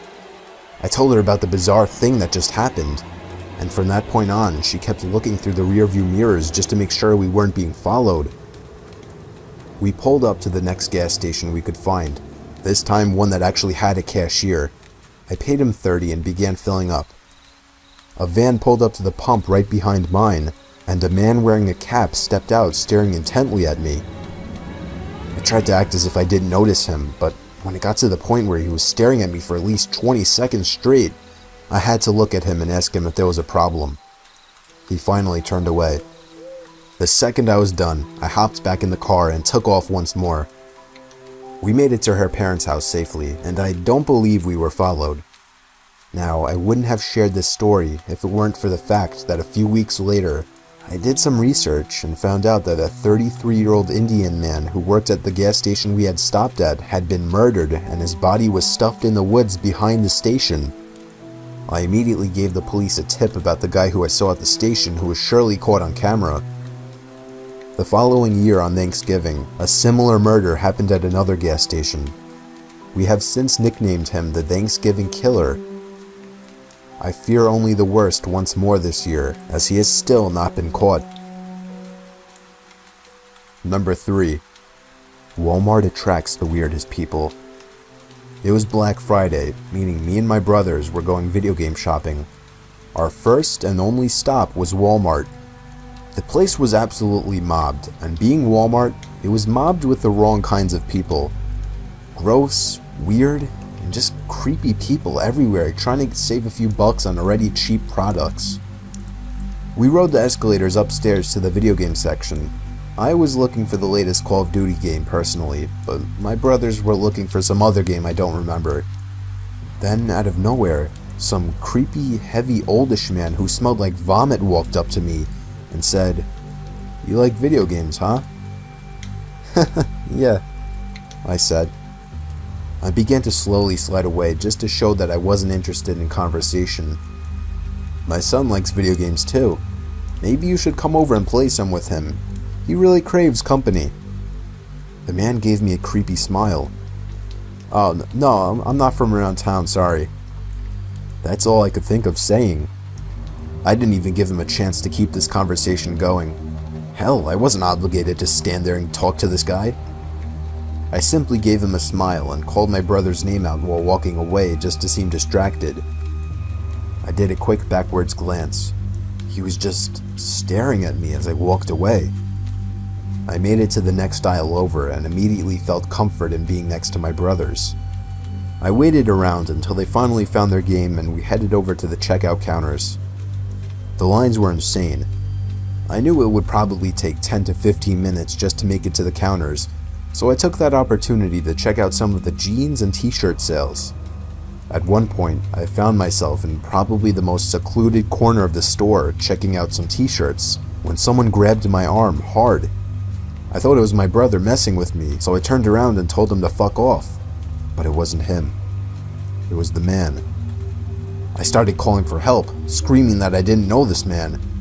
Some people came over and stared, but that was about it. The man let go and walked away. I don't know what he was thinking or planning on trying in such a public place. I didn't tell my brothers what happened out of embarrassment, but they picked up on the fact that I was quiet afterwards.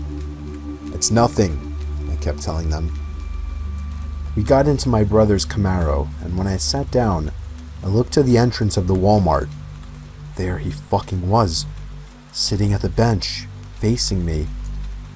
As we were leaving the lot, we had to pass right in front of the store.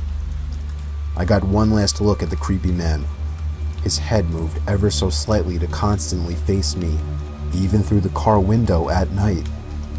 I gave him the finger, but it didn't seem to influence him in the slightest. That was the last I ever saw of him. Walmart attracts the weirdest people. Number 2. It was Black Friday 2013, and I decided to be one of those people who gets up at 3 a.m. to get some early deals. Home Depot was having crazy deals on artificial Christmas trees, so I wanted to get there early and buy one for my family. They opened their doors at 3 a.m. on the spot, 3 hours earlier than usual for Black Friday. Surprisingly, only me and one other guy were waiting to get in. I guess everyone else was at Best Buy or the mall. I found a nice 9-foot tall artificial Christmas tree, originally for $200, but at that moment half off for only $100. I asked one of the few employees working at that hour to help me carry the box to the checkout and then to my car. The parking lot was still surprisingly empty for Black Friday. I figured maybe I didn't have to come so early. I tipped the guy and got in my car ready to leave, when someone knocked on my window. I lowered the window, and some guy, mid-20s, beanie, black, and tall, leaned into my window asking if I had change. I opened the little compartment in between seats where I normally keep change, and it was actually empty. I didn't want to have to hand him a 10, so I said, "Nah, man, sorry." He looked disappointed, and I actually felt bad. He then asked me if I could give him a lift to the nearest gas station. I was a bit nervous about letting a stranger in my car, but guess what? I let him in. He did not thank me, which kind of hurt, I guess because I'm a little sensitive. I asked him if he knew of any close-by gas stations. He just said, "Nah."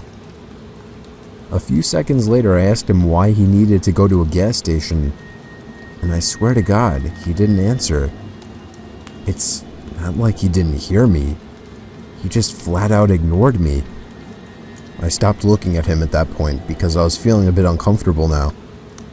I kept driving down main and side roads, but there was no goddamn gas stations anywhere. I was trying not to look in his direction, but I could tell he was staring at me. Every turn I made, every stop sign I stopped at, he was staring at me. I was sweating now. This guy was freaking me out. I felt like at any moment he could just grab my throat and I'd be done for. At last, I could see a gas station just beyond a light which had just turned red. Why did it have to turn red just now? I thought to myself. I could still feel his stare, even as I looked the other way. I finally decided to sum up the balls and looked at him. I felt his cold, emotionless stare run straight through my eyes into my soul. Are you okay? I asked him. He ever so slightly nodded his head, almost not even noticeable. The light turned green, and I pulled into the gas station. He stepped out and stood by the sidewalk and watched me as I pulled away. When I got past the intersection, I laughed out of joy and the ridiculousness of the situation. But then I realized something. I patted myself down and then began to panic. I was missing something. My phone. I was only a few blocks away, so I made a U-turn and headed back to the gas station. He was gone already. I drove home and confirmed that my phone was missing. I knew I had left it in the cup holder of my car. My phone had all of my info on it.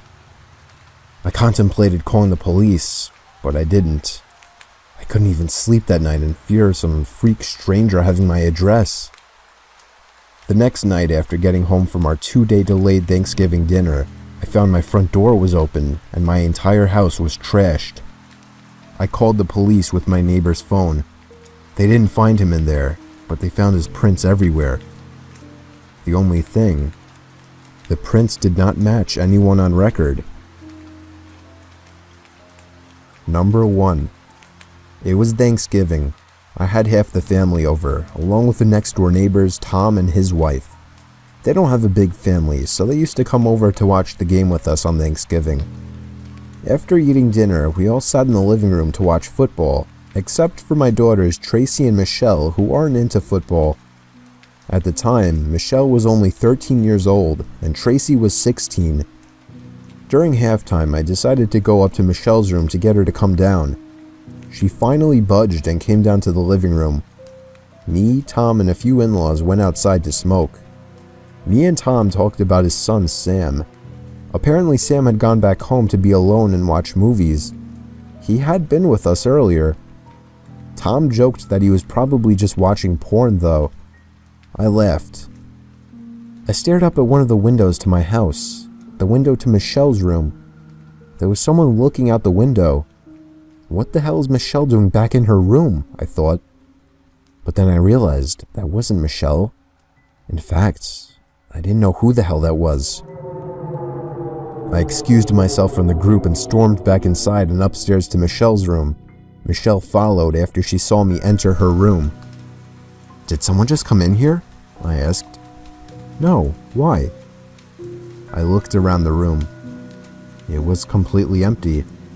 I nudged Michelle to go back downstairs while I turned off the lamp. We went back to the living room where the game would be starting up momentarily. I finally decided to ask everyone if anyone had been in Michelle's room at her window. Everyone either said no or shook their heads no. Someone had to be lying. I heard a slight thud come from upstairs in Michelle's room. I ran back upstairs, again with Michelle following me. I flicked on the lights in her room and spun around in a circle looking for someone. The sliding closet door was cracked open. I just realized. I thought I could see something through the crack. I squinted my eyes to try and see what it was. It was an eye. I screamed like a child for maybe 2 seconds, followed by Michelle. Relatives ran up into the room as I angrily slid open the closet and pulled out Sam, Tom's son. Tom ran up and found me basically holding Sam by the neck. Sam was holding some belongings of my daughter that I'd rather not talk about. This incident definitely scarred, maybe even ruined my friendship with Tom and his wife, and it's made me that much more protective over my daughter.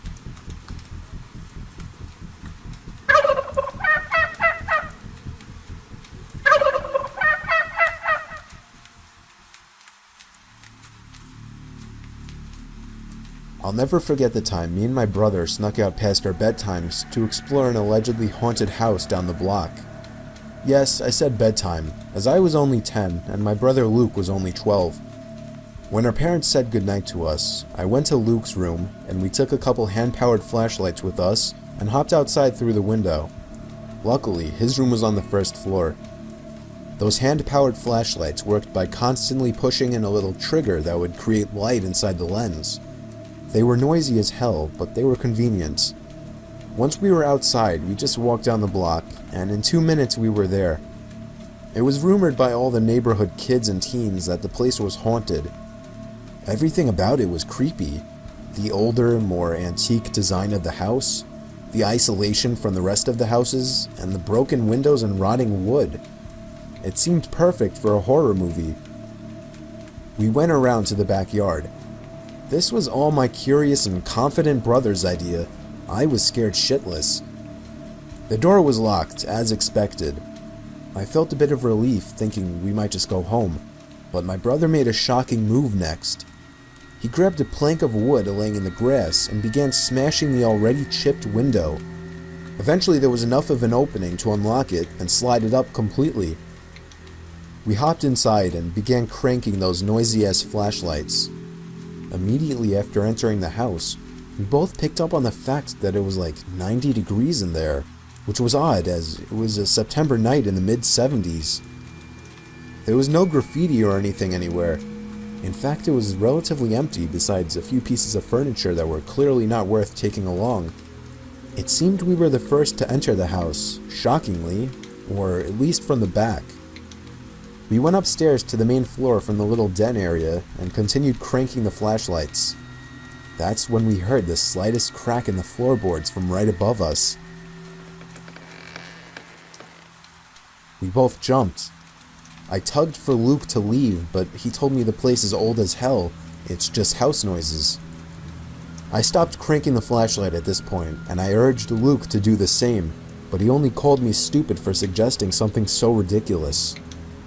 Then there was another crack in the floorboards from above us.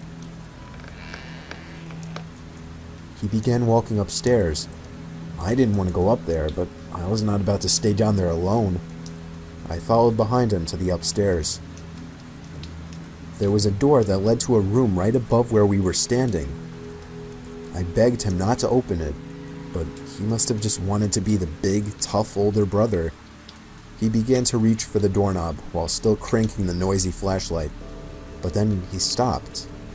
I was confused. I could see in the dark he was moving his ear up against the door, listening for something. Silence. Then, the most deafening, nightmare-inducing moment of my life. A single bang on the door from the other side sent my brother staggering into the wall in pain, covering his ear. We dropped the flashlights and ran straight out the back door and back home. We were so loud when we got back that our parents found us out. We told them what happened, but they naturally didn't care and grounded us both for a week. 2 nights later, I woke to the sound of something from outside my window and a glare of brightness sneaking in through my slightly opened blind. I sat up, and my heart sank when I realized it was the sound of the crank to my flashlight. I stood up and looked out the window, and that's when it stopped. There was nothing but complete blackness out there after that. I woke the next day barely remembering what happened, and I still hope today that that part was just a dream.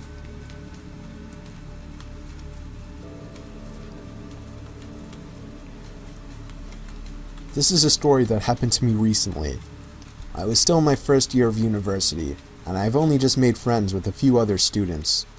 Albeit an old and notorious university for its ghostly figures and paranormal activity, the campus janitors and security were all too familiar with unusual reports.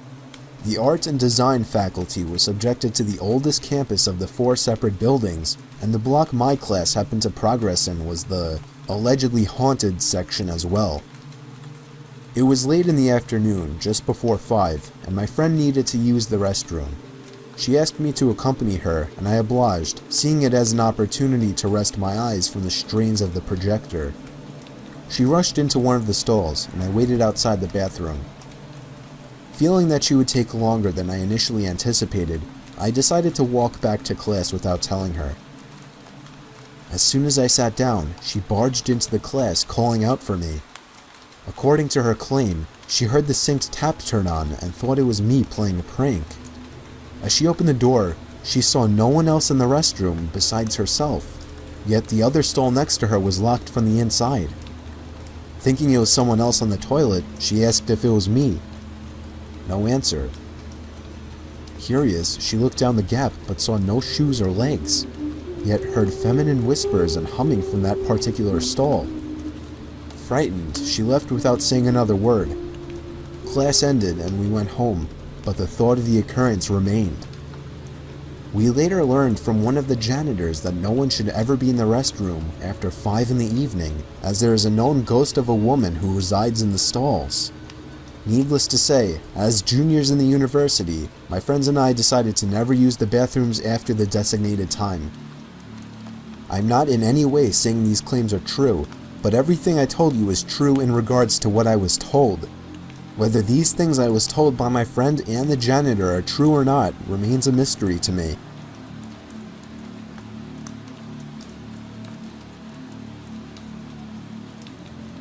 This happened a few months ago while I was serving in Japan as a missionary for the Mormon Church.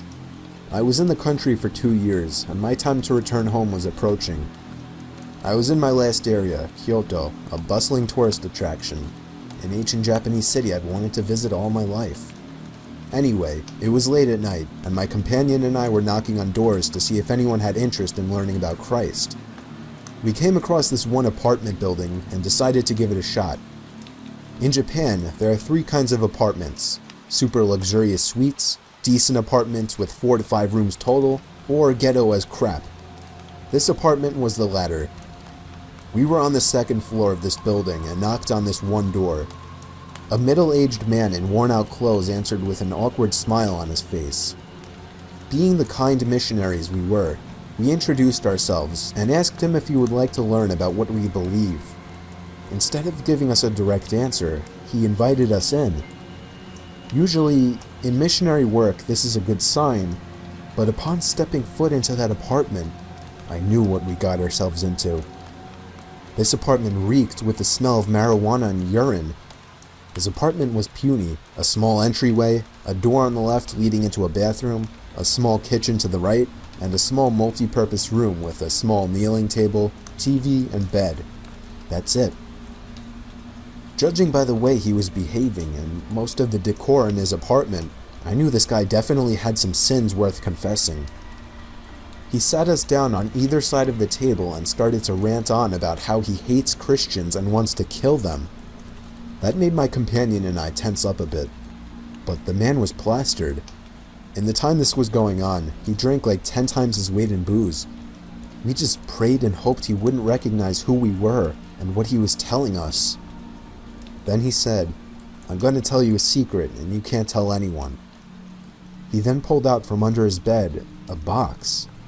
He opened it to reveal thousands and thousands of dollars worth of Japanese yen. And yes, it was authentic. We even examined it. This man was an illegal drug lord who worked with the Yakuza, the Japanese mafia group. We then realized that if this man knew what he just did and showed us, he would kill us for sure, or at least take us hostage. My companion and I feared for our lives and tried to come up with an excuse to get away, but he wouldn't let us go. He kept ranting on about irrelevant things and saying how Christianity was an evil cult of some kind. We tried to explain our side of the story, but there's no use in reasoning with a drunk drug lord who works for the Japanese mafia. It then got to the point where we practically had to run for the door. We said we were leaving, stood up, and quickly walked over to the door.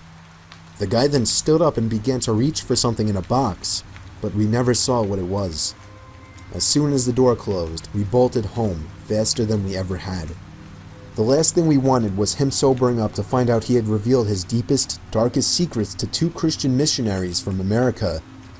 Had this man not been drunk, he probably would have killed us. For all we know, he was reaching for a gun as we were leaving.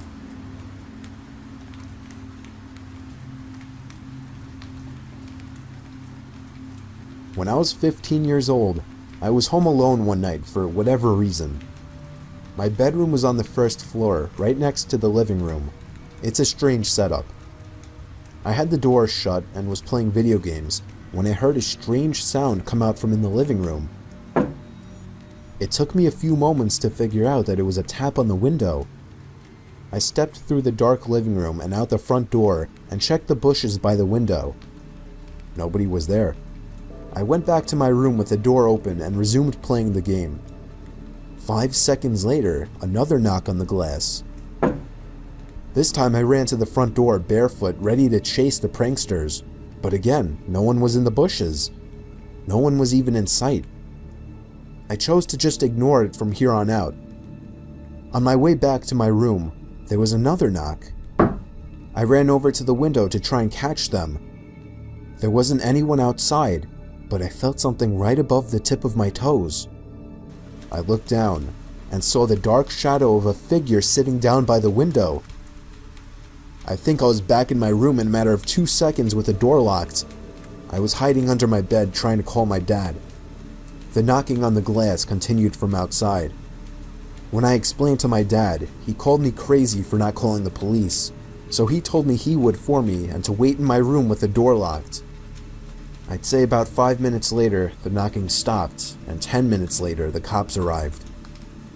The figure was gone, but there were no signs of entry or exit, as all the doors were locked and all the windows shut. Still, we haven't seen or heard of anything since then, but it's still creepy as hell to think about.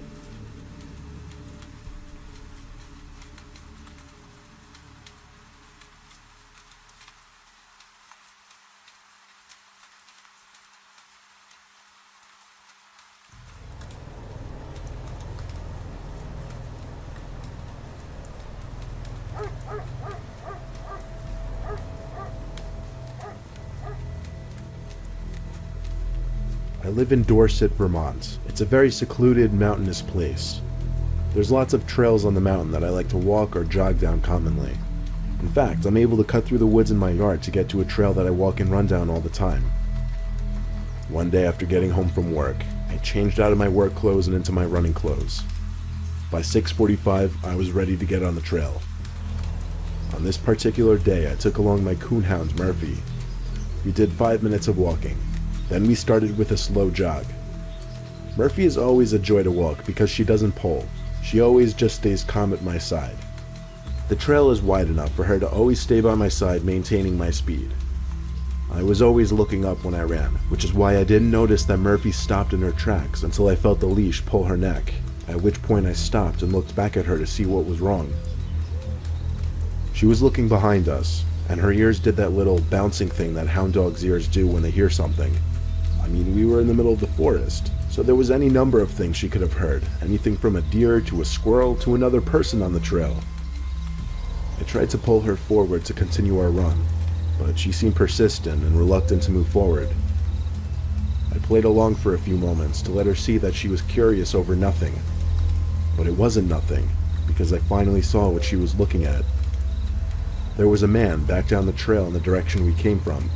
He was clearly not hiding the fact that he was looking at Murphy and I. I waved at him to try and be friendly, and then looked down at Murphy as I pulled her and told her to come. She finally budged and started running by my side again, not without looking back twice at the man. It's happened before though. People on these small trails would commonly wait for me to move ahead so they could avoid passing the dog. Usually they'd be out earlier in the day though. At this point it was on the darker side, and usually there wouldn't be other people out. I also didn't notice if the man waved back or not because I looked down at Murphy after waving. But at that moment, I still thought everything was normal. That is until maybe a minute later when Murphy stopped me again. This time she looked ahead of us and started barking. I saw who she was looking at right away this time. There was another man walking slowly towards us. I waved to him too, but he didn't wave back. I was standing still, holding Murphy close, expecting the man to eventually pass me, but the closer he got, the slower he went. When he got within hearing range, I told him that Murphy's friendly and that he could pass. Now here's when I knew something was up. After I said this, the man maintained eye contact with me, keeping his straight face as he very slowly continued approaching us. Then I noticed Murphy turn around and start barking in the other direction, behind us. I turned and almost had a heart attack when I saw that man from earlier, maybe 5 feet away from us, slowly approaching as well. I knew now something bad was about to go down. There were only a few seconds between that moment and the moment I felt 2 arms reach around me from behind. Then the first man I saw earlier started full-on charging me. Murphy's barks turned to aggressive growling and rabid dog-like barks. Then one of the men screamed as apparently Murphy bit him in the leg and wouldn't let go. This forced the man to release his grip on me, giving me a chance to tackle the other man to the ground. It took a little force to get Murphy to release her grip from the man's leg, but when she did, we ran back down the trail. The man who I tackled didn't try fighting back after his friend got bitten. I think he realized they were outmatched at that point, but I was still not sticking around to find out what their intentions were. We got back to the house in 5 minutes, only because we sprinted back. I checked Murphy to make sure she wasn't hurt or wounded at all by the man she bit. She was fine. I couldn't be more grateful for her. She's still alive and well. She's 9 years old. I still see it as a blessing in disguise that one of the few times I decided to take Murphy along with me was the same night I ran into those two men in the forest.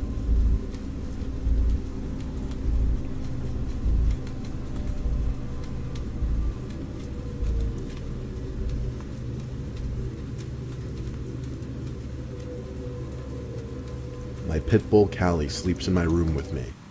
I have a loft bedroom, meaning it's a higher level in the house than the rest of the rooms. My room also has a very large closet elevated off the ground. I keep a little stepping stool to get into it. It's mainly just a bunch of childhood toys stored in there though. One night I woke up to growling. I sat up and saw Callie standing in the middle of the room. She was looking up at the closet. Needless to say, as a 14-year-old, that scared the shit out of me to even imagine what she could have been growling at. I called her up to my bed so I could pet her and calm her down. She licked her lips and stopped growling, now looking at me. I turned to give another look at the closet door in the dark. She stopped growling now though, so I figured it was just her doggy imagination running wild. I went back to sleep pretty easily, now with Callie in the bed with me.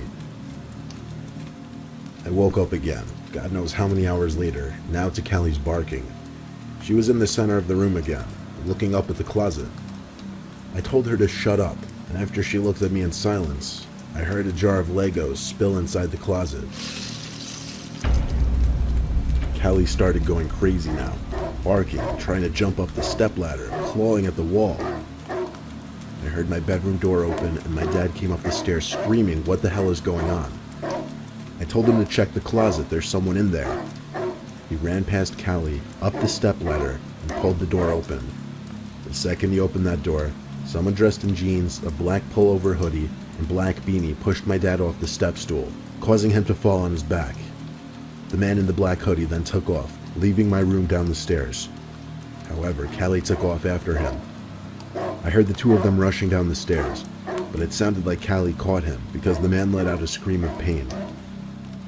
My dad and I went down to the living room to see Callie with her teeth sunk into the man's arm.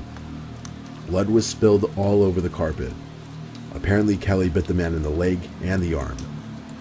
My dad got Callie off of him and told me to take her back to my room while he called the cops.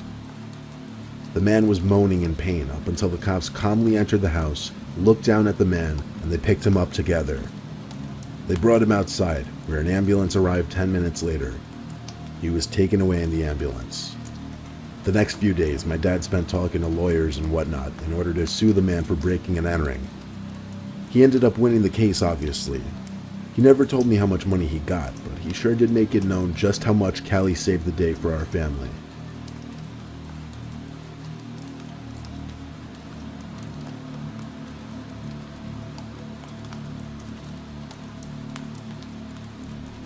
The first dog I ever got was back in 1992, when I was 10 years old.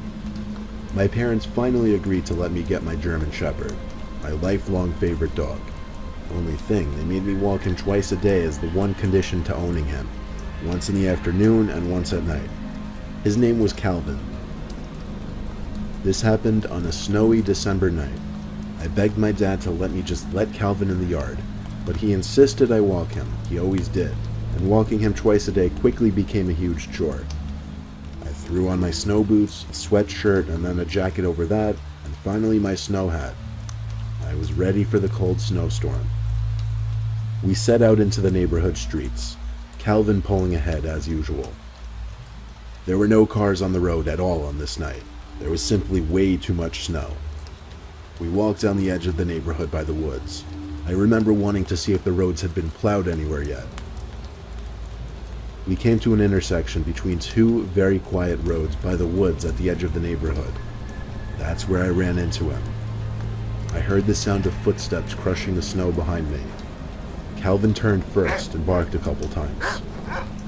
It was a man bundled up in snow gear. He had a scarf covering half his face, so all I could really see were his eyes. But I could still tell he was on the older side, 40 plus. His voice was muffled through his scarf as he called to me in a friendly voice. Then he did something unexpected. He picked up some snow, patted it into a snowball, and seemingly playfully threw it at me. I dodged it, now not knowing how to react.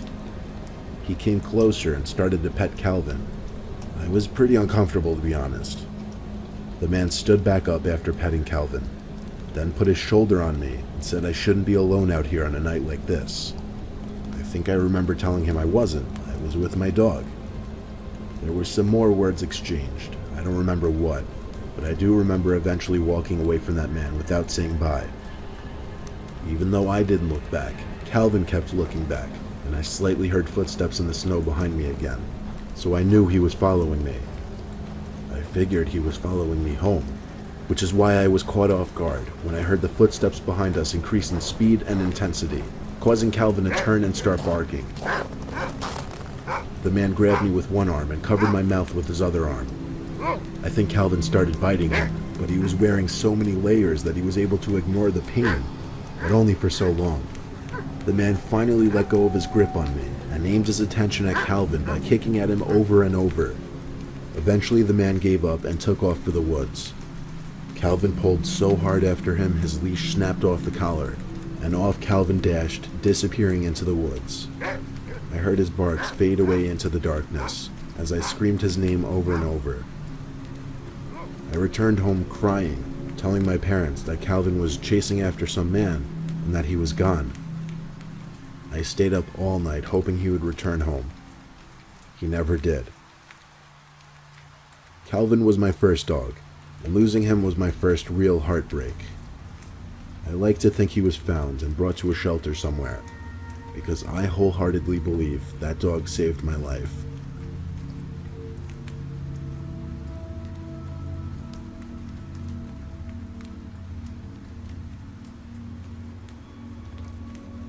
I live on a farm in Bucks County, Pennsylvania.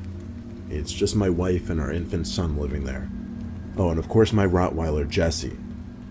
We have Jesse sleep outside in his doggy house from the months of May to October. It serves as an extra form of protection and intimidation to potential burglars, but also allows for him to do his business freely without having to wake one of us up. Jesse always has a mount attached to his collar that connects to the doggy house so that he can't run away or get lost. Very seldom at night we hear Jesse barking, and given that he's a guard dog, he's trained to bark at suspicious people, so I always go out and check when we hear him barking. But again, it's very, very seldom. I'm gonna skip the fluff and get right to the night that my wife and I woke up at like 1:30 a.m. to Jesse's barks outside. I told my wife, who was also sitting up with me, to wait in the bed. I'll go have a look. I slipped on my shoes and went outside in my robe. Jesse took notice to me for a second, but resumed barking in the direction of our crops. I had to go back inside for a flashlight and Jesse's leash, because I planned on going in the crops with him.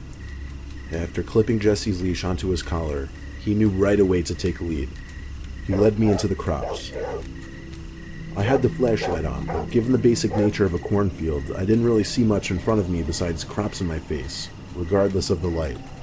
Jesse stopped barking, but he was still pulling me through the crops, as if he knew exactly where he was going. Then, out of nowhere, he stopped sniffing and just stopped.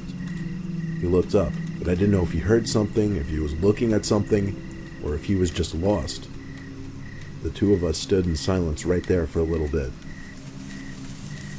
I heard crops in the near distance being brushed around suddenly. Jesse's head was all over the place. He was looking left, then right, then left again, as if he were hearing sounds coming from everywhere. He started barking and pulling again, but this time I yanked him back to stay put.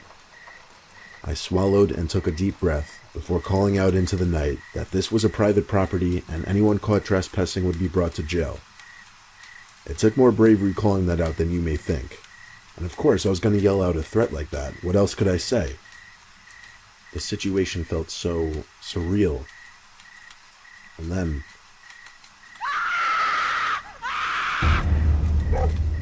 it was the scream of a woman, a distressed, manic, deranged kind of scream. Jesse started pulling in the direction of the screams, but the more we ran, the further the screams seemed to get, until they completely stopped. Then Jesse once again stopped running and started looking around in different directions.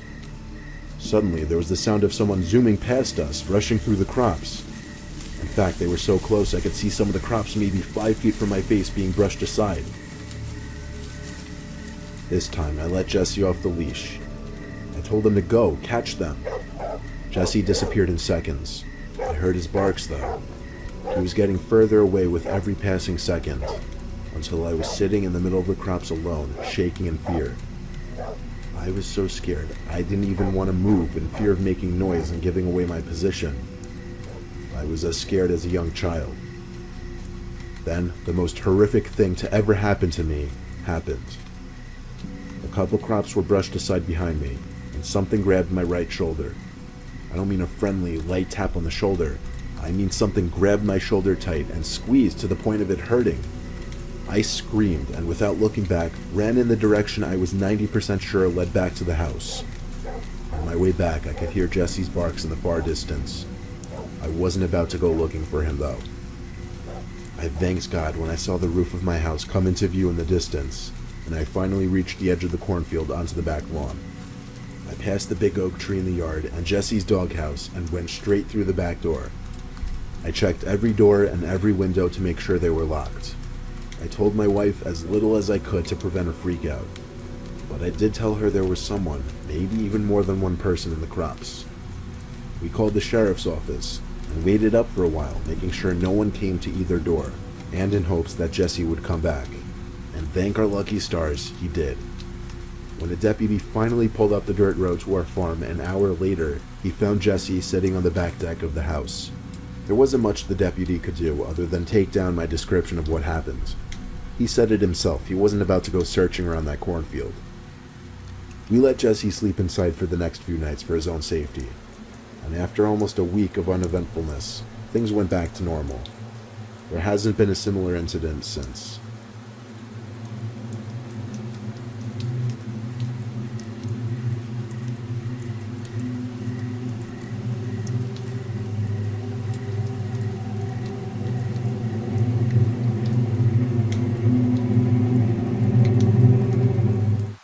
Police officers have always gotten a bad rap for their authority over us, which is very often abused. However, the police are the first ones to get called into action whenever trouble arises, and they'll no doubt see some disturbing stuff. Here are 4 haunting stories of former police officers. Number 4. I was a cop for 30 years. I retired at the age of 50, so of course I had some weird calls. But I'll never forget the night that me and my partner Steve were called to respond to a domestic abuse report. The call was made by a neighbor. These calls were never really a big deal. It usually gave us something to do during the night. Not that I enjoy dealing with couples fighting and all that stuff. So we arrived at the house. I still vividly remember the address, and I remember the door was left wide open. The second we stepped inside, the strong scent of marijuana filled our lungs. It was everywhere. Not just marijuana, though. There was the strong smell of chemicals, which we assumed was either meth or cocaine. We made our presence known by asking for the couple to come out into sight. A thump from the upstairs gave away their position. Steve had his hand on his holster, ready to pull his gun. But me? I wasn't nervous yet. Steve told me to move quietly up the stairs. We normally listen to each other, so I humored his paranoia. There were 3 doors, 2 open and 1 closed. The closed door led in the direction where the thud in the ceiling was. I banged on the door before swinging it open myself. The smell was the first thing we noticed, then the body. The body was very obviously rotted. We knew even in the dark. We pulled our guns. Steve turned on the light. I told him to scan that room while I scanned the rest of the house. I was shaking all over now. I hated my job at that moment. I wanted to run back to the car and leave, for I was sure I could die at any moment. I found my hand to be stuck on the doorknob until I finally had the balls to turn it and push the door open with force. I turned the light on, but there was nobody inside. It was a disturbingly tiny room. No windows and no furniture, except for a dirty old cot. Steve suddenly screamed, and I rushed across the hall to see what was going on. There was some shirtless guy laying flat above one of the dressers in the room. We had him at gunpoint, yelling at him to come down, when something grabbed my ankle and tried to pull me to the floor. There was a hand coming from under the bed. I stomped on the arm with my other foot and pulled out a frail, trashy-looking woman who was obviously baked. I cuffed her and Steve cuffed the man. We were on our way outside with the two crazies screaming at us, but we had one final surprise coming. Some psycho from upstairs started screaming, charging at us down the stairs with a knife raised in the air. Steve reacted just fast enough to save my ass by 2 seconds, shooting the guy dead. This was a crack house. Somehow none of the neighbors could smell anything suspicious. The dead woman on the bed was killed by the man of the two we caught, who admitted to killing her due to lack of payment. The man was sentenced to life without parole. The woman was sentenced to 30 years. Steve says he never felt bad about what he did. He says he just rid the world of one more piece of trash. Number 3. Myself and a buddy on my squad responded to an alarm. The incident location was an old office-type building that had been converted to a doctor's office.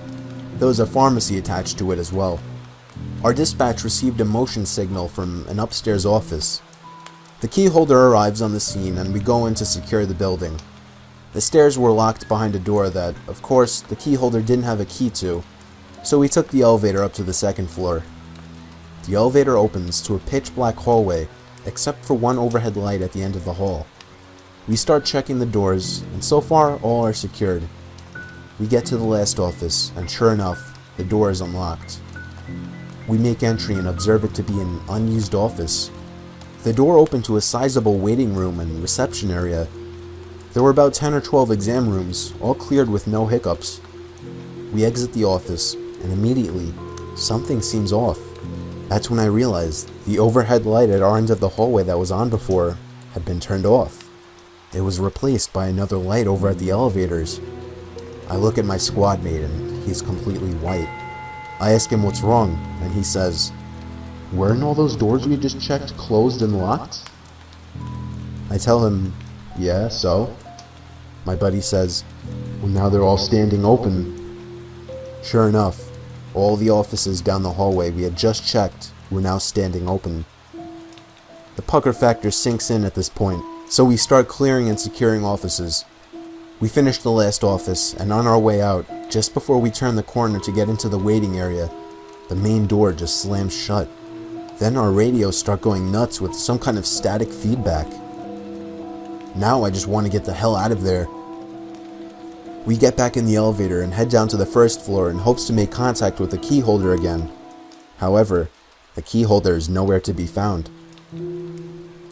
I contact dispatch and request a callback number for the key holder so I can advise him of what we found. Dispatch states that the key holder was still en route to us and was advising an ETA of 5 minutes. I advised dispatch that we had already been out with the key holder. Dispatch requests I give them a call. I call dispatch, and she tells me that there is no way we were out with the key holder. She states that the alarm company had only just made contact with one. Eventually, the real key holder arrives on the scene, and I ask her about the man that had let us in the building. She asked me to describe him, so I did. She states that sounds like one of the doctors that used to lease the office on the second floor at the end of the hall. She then states that he had committed suicide at his summer home several days ago. Number 2. I was responding to a call in the village. A resident was reporting noises coming from one of the abandoned buildings from across the street, most likely trespassing. I arrived and began my search in the building. It used to be a 2-story convenience store. Now it was completely stripped empty, except for the parts attached to the floor, like the counter and shelves. The lights didn't work in there either. I checked every small aisle for anyone to possibly be hiding in, and then I did the same thing upstairs. It was completely empty. On my way back into my car, I looked back at the building and saw somebody at the window on the second floor. It was a woman with long gray hair down past her shoulders. She was no doubt looking down at me with a wide smile on her face. I hurried back inside, making it upstairs in no more than 10 seconds. But the window was clear. There was nobody in sight. I checked all 3 aisles at least 10 times. I checked behind the counter. I checked the bathroom. It was clear. I was a little nervous, so I left again, thinking my mind was fooling me. I looked back at the window, and there she was again. The same mockingly disturbing smile on her face. I went back up there again, this time running around all 3 aisles trying to find this woman. I was about to give it up once more and leave for good when I noticed something in my peripheral vision. It was on the ceiling. A dark shade of black latched onto the ceiling. I shined my light up there, and there she was. That crazed woman looked at me, still with a horrifying smile on her face as she held onto 2 hook-like objects in the ceiling with her hands, while her feet were pushed up against the tile to gain support. She laughed like a freak all the way down to the station. I don't know if she had some kind of mental disability or not. It seemed like she was just toying with me, but not at all in a good way. She stared me down through the mirror the whole ride. Number 1. In all my years of being a police officer in Floyd County, Georgia, I had only experienced 2 horrifying situations. I'll share with you the worst of the 2. It was a slow night, and I was patrolling the dirt roads in my cruiser. At this particular spot, there were tiny woods on both sides of the road. And then it all started. I spotted somebody jumping into the woods on the left. I only saw half of them though. They were gone so quickly. I pulled up closer and shined the spotlight into the woods. I didn't see them.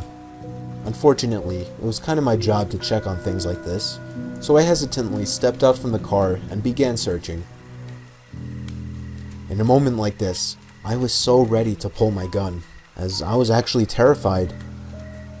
And then, the cliched snap of a branch from behind a tree almost made me want to run back to the car, but I instead did my job and called for them to come out.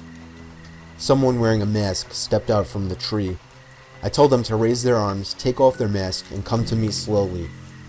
They raised their hands, but they didn't remove the mask. I tried to demonstrate my authority by yelling this time, ordering them to take it off.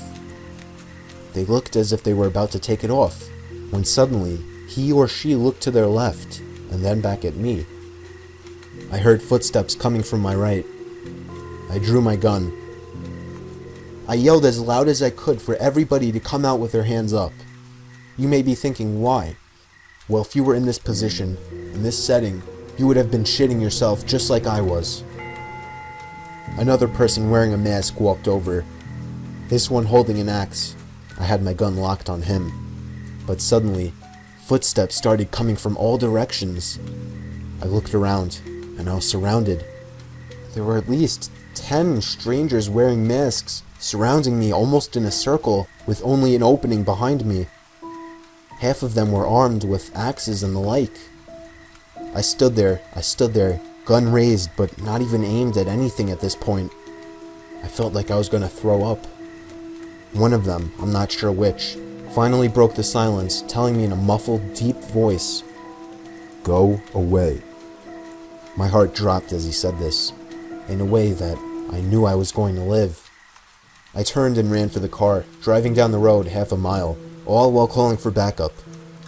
As you would guess, the whole group was gone from the woods when a search squad arrived. I have a theory on this, however. I believe that what I witnessed was some kind of fucked up secret society that was planning on trapping an innocent passerby, and I think that whoever jumped into the woods as I was passing recognized my car as a police car and tried to hide. Had I not been a police officer, I believe they would have stopped me, led me to the woods, and done whatever this group does for its sick kicks.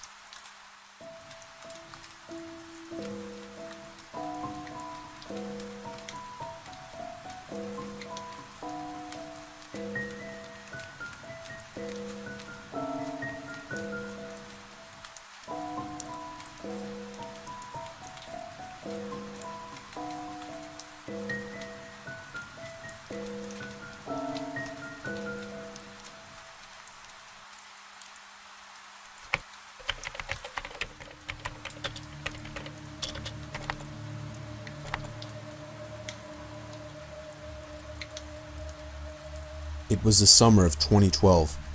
I have a late birthday, so I was still 15 when all my friends were 16.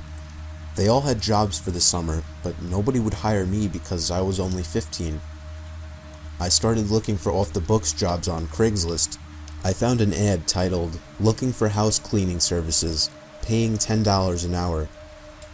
The ad had 2 pictures of the house, one outside and one inside. It was a typical middle-class house. He lived in the next town over. The only way to contact him was by email, so I emailed him telling him I was only 15 years old and was willing to clean his house for $10 an hour. He responded in 10 minutes, telling me his work schedule and when he would need me to be available. I told him that was okay, and then he asked me if I had means of transportation to get there every day. I didn't even realize that my mom wouldn't be able to drive me every day. Oddly, he offered to give me a lift to and from every single day. He said he worked close, so coming home to give me a ride wouldn't be a problem. I agreed without even asking my mom, so the man asked for my address.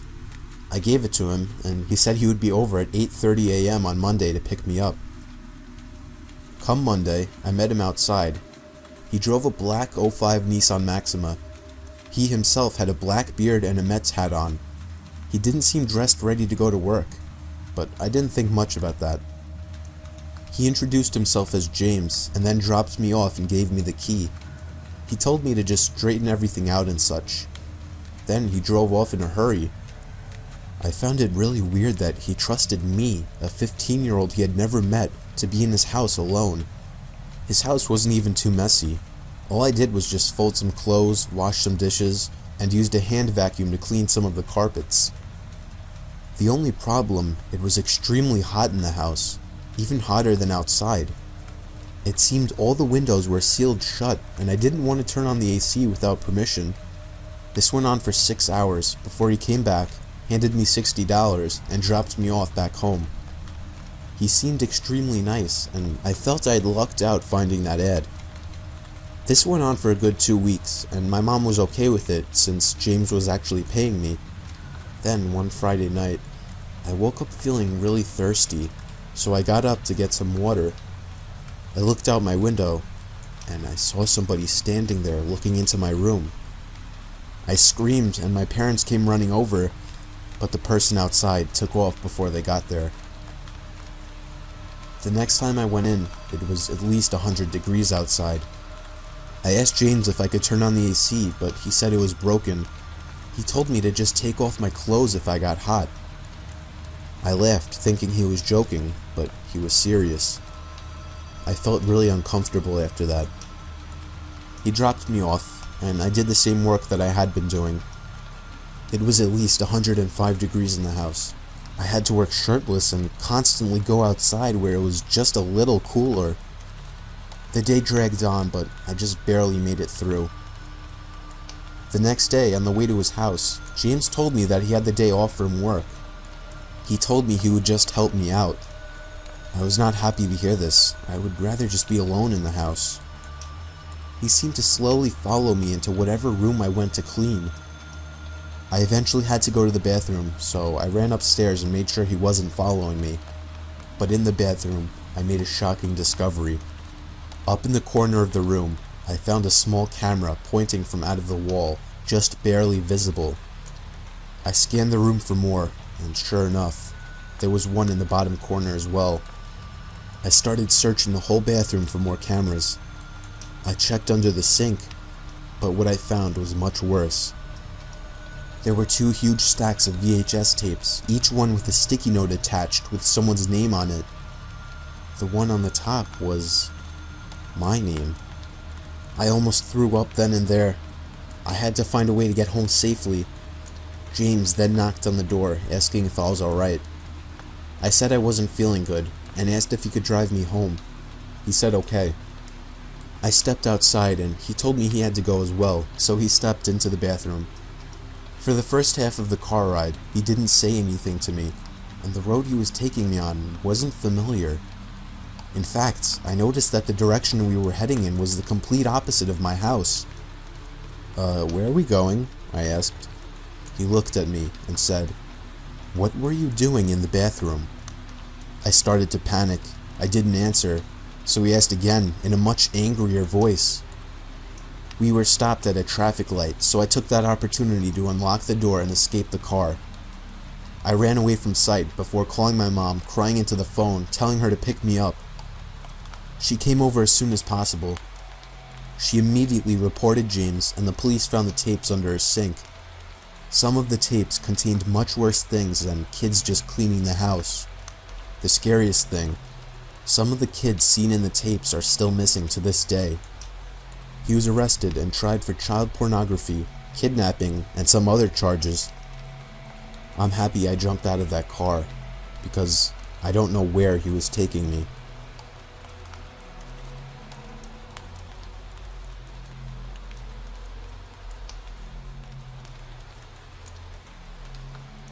This happened about 3 months ago. Me and my roommate decided on getting a used couch, so I thought Craigslist would be a great place for used furniture. I scrolled through about 3 pages before finding a black leather couch. It was in really good condition, and it had a really good price, around $200. I told myself this was too good to be true, and man, I should have listened to myself. We arranged a price, and the guy told me to meet him at his place over email. My roommate was out working overtime, so I had to go alone. The address was a little ways out of town. The house was surrounded by trees. You had to go through the drive-thru to be able to see it. I got out of my car and knocked on the door. This house was different. It was small and wooden, and it looked pretty eerie. When I knocked the 3rd time, I heard creaks on the wood floor coming from inside. Anyone could tell it was footsteps, but it sounded like they were tiptoeing. Then, I heard a faint, muffled voice through the door. "Hey, are you the couch guy?" But they sounded pretty rushed.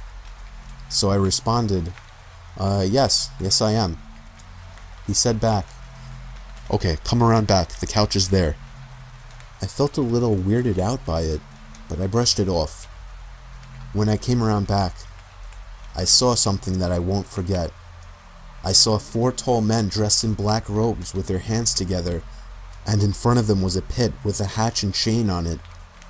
Then I heard the same voice say, "Where's your friend?" I booked it out of there and frantically shoved the key in my car and started it. I looked out the mirror and saw the front door fly open. I shifted into first and floored it out of there. The thing that makes me uneasy to this day is that in the emails, I never told him I had a roommate.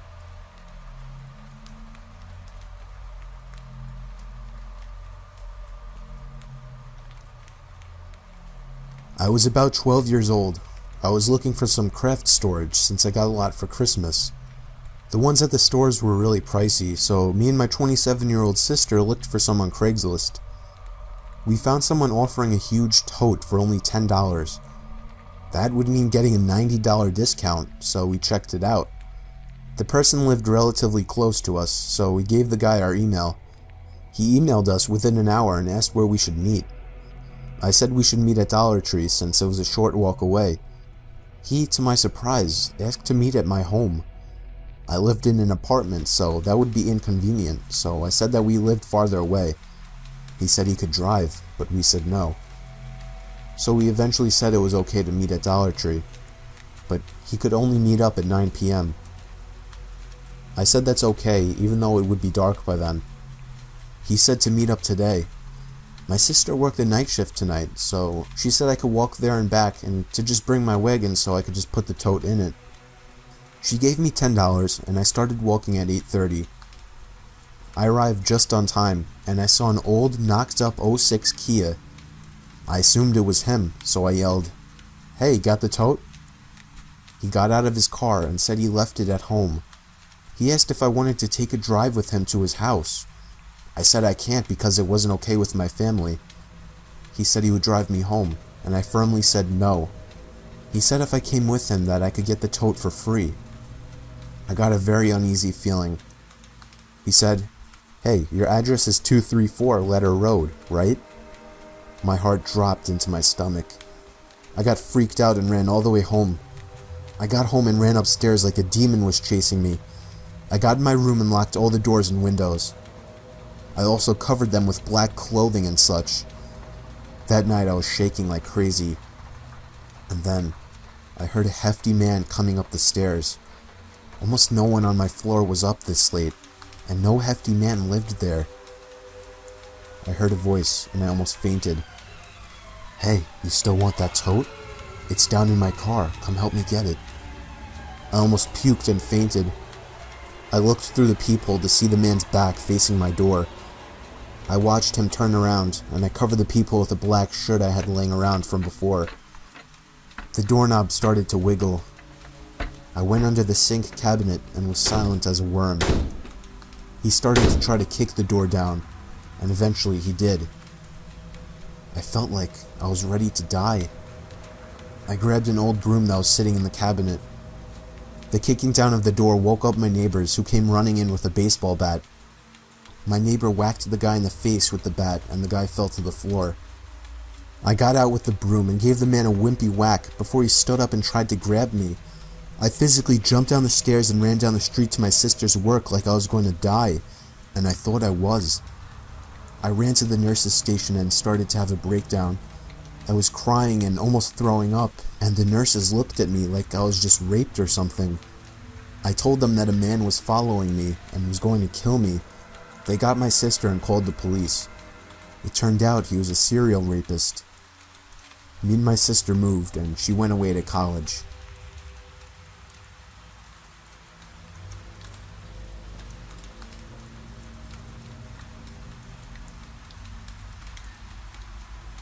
When you decide to use Craigslist, make sure you deal local, and if something seems too good to be true, it usually is.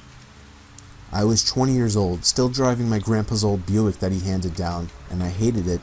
I wanted to drive something cooler and something more age-appropriate.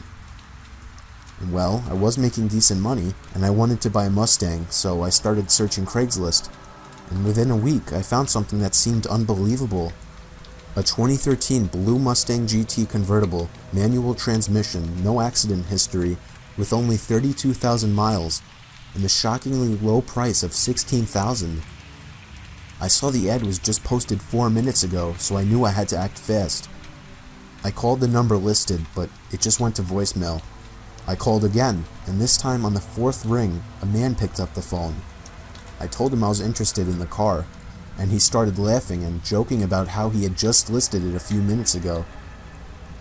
He honestly sounded almost too normal and friendly. He gave me his address, and I told him I'll be over at 6 to check it out. After hanging up and realizing this guy sounded normal, I was just so excited to think that I had just found such a good deal. I GPS'd the location. It was a long drive, about an hour. It took me far away from the suburbs that I was used to. The GPS said 2 minutes remaining in the drive, and I was kind of confused. The area I was in was very rural and poor. I pulled up to what the GPS said was the house. It was a shitty rundown old thing. I noticed there was no Mustang anywhere in sight. I felt uncomfortable with even getting out of the car. In fact, I just sat there looking at the house for a good 5 minutes, trying to decide if I should even go and knock on the door. An hour isn't by any means a short drive, but when something seems as sketchy as this seemed, you would understand. I saw the blinds from the window begin to shake, and then the front door opened, and a man, probably in his 50s, came outside. He gave me a wave and a smile. He actually looked somewhat normal. I turned the car off and went out to greet him. I asked him where the car was, and he said it was in the garage. He told me to follow him back inside. I didn't know why he was leading me into his house instead of the garage, but I went anyway. He made sure to shut the door behind me, even though I was going to myself. I was able to get a good look of his house, and I must say, it smelled disgusting, and it didn't have much, if any, furniture. He led me down a small flight of stairs and to a door. I heard some noises coming from beyond the door. The man just explained that it was his friend working on the car.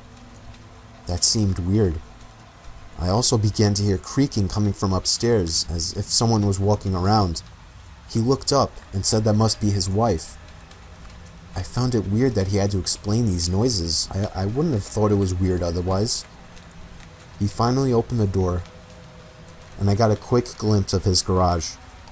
It was completely empty. I took a look at the man, and as he stared back at me, I knew it was time to go. I didn't say anything, I just turned around and ran for the door, but somebody was standing there blocking it. I offered to give them all the money in my wallet to let me go. And then the first guy walked into the room with some sharp metal tool in his hand. I don't know what it was called. but I fled from the room in the opposite direction of the front door and thankfully found the back door. I fled into the backyard and went around the house to my car. I made it inside and started the engine. I stared at the house one more time. Nobody followed me. I saw the front door open again, and the two men from inside stood behind the storm door and just seemed to stare me down. I gave them the finger and drove off halfway down the road before calling the cops. I stayed nearby until I saw the cops pull up to the house. The two men, or however many people were in that house, were gone. Nobody had actually lived in that house for years. I went home feeling angry and disturbed, but also grateful that I escaped with my life. That night, I got a phone call from an unknown number at like 2 in the morning. I didn't answer, and they didn't leave a voicemail. 10 seconds later, I got a text from the same number saying, "Look outside your window." I had my blinds down and feared what might be on the other side, but I had a pretty good feeling. I called the cops yet again, letting the person outside know that I was as well. They arrived in a surprising 3 minutes and began to search the whole premises. They found him hiding in my bush outside my window. He was arrested. His name is Tony Schelling. He was, in fact, the same person I met at the house. My message to all is to not be an idiot while using websites like Craigslist.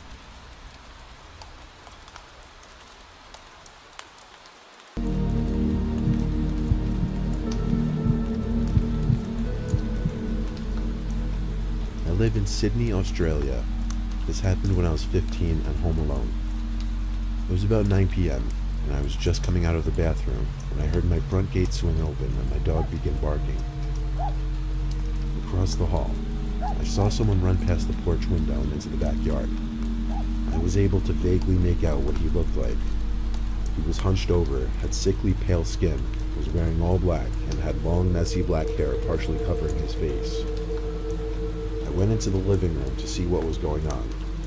My dog was still at the front door growling. Since I hadn't seen the guy return, this meant he was still somewhere in my backyard.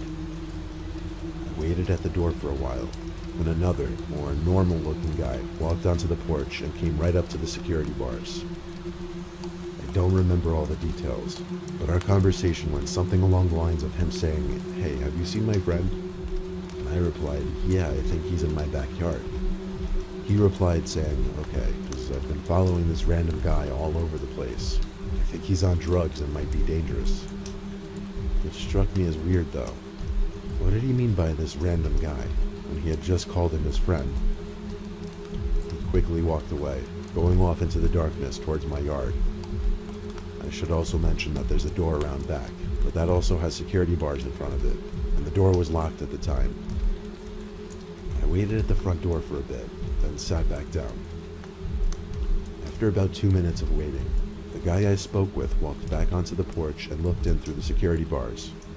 He now had the pale, potentially drugged-out guy with him, who was pacing back and forth in an agitated manner.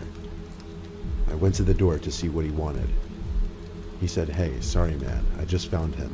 Look, he's really nervous, and he'd like if you unlocked the door and came out here, just so he could see that you're harmless." I felt a pain in my chest. The creepy, drugged-out guy had stopped pacing now, and was standing unnaturally still, staring me dead in the eyes. There was an uncomfortable silence. I didn't say anything, but stepped forward to push the French door shut, causing the second guy to lunge at me and shove his hand through the bars towards me. I jumped back and slammed the door shut with my foot, bolting it. I called my parents, and they called the police. The two men had gone. When the police arrived, they told me about a break-in that had occurred just down the street less than an hour ago. As far as I know, they never found the two guys. Looking back, it's likely that the first guy ran into the backyard to try to find a way in, and the second guy went to help him, which is why they were back there for so long. What disturbs me is the fact that they didn't want to just break in, nor did the fact that I was home deter them. They wanted me to come outside to them, or to get into where I was.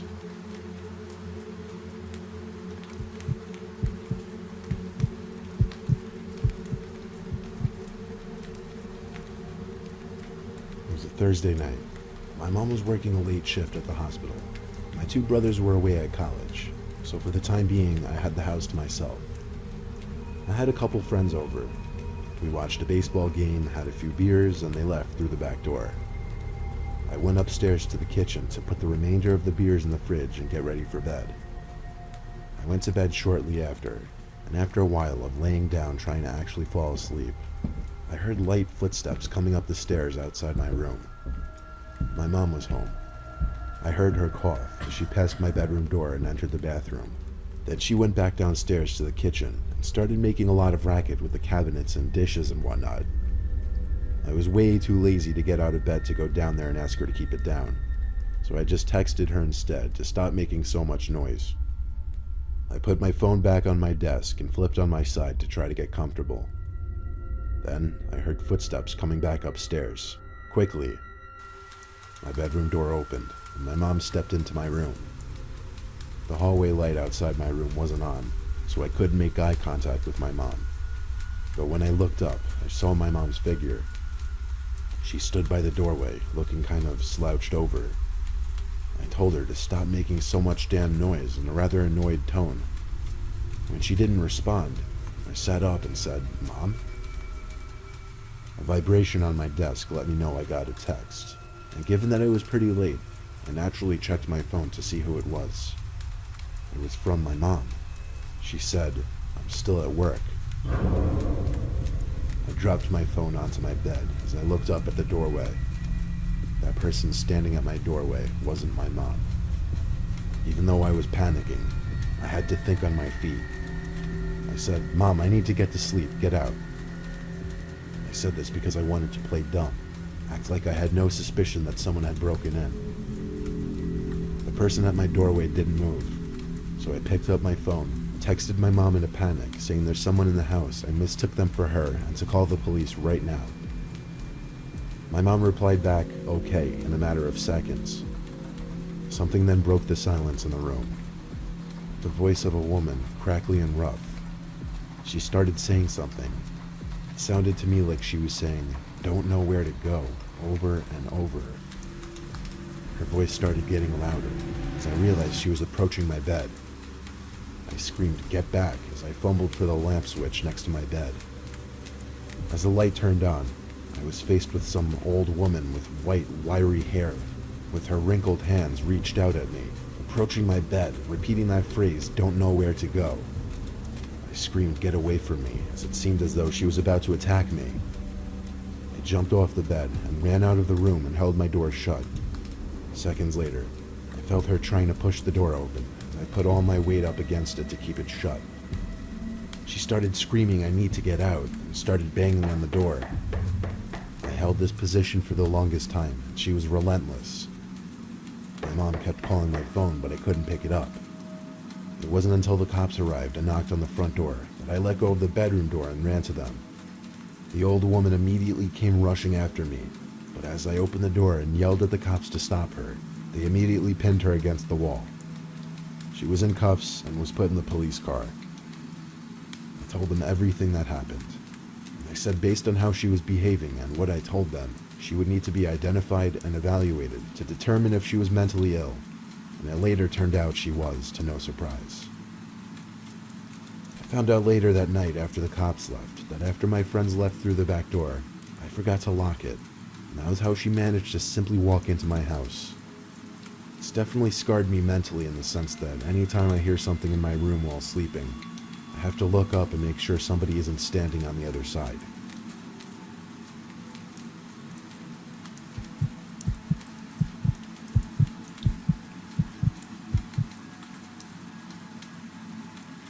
Before moving off on my own to California, I lived basically in the middle of nowhere on my dad's ranch in Colorado. It was a beautiful, huge property. I just never loved living in a rural setting. I found it boring. Plus, as that old cartoon Courage the Cowardly Dog stated, creepy things happen in the middle of nowhere. There had been a number of times that people had trespassed on our property, which is why my dad owned 3 different guns. There was one time he had to chase 2 men off the property with his rifle. What I'm about to tell you happened a few years back. I think it was in the middle of June. was home alone as my parents were on vacation together and my little brother was out with friends or at his girlfriend's house for the night. I don't remember.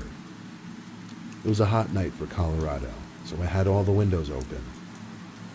I used to go to sleep pretty late around that time, so I think it was around 1 in the morning.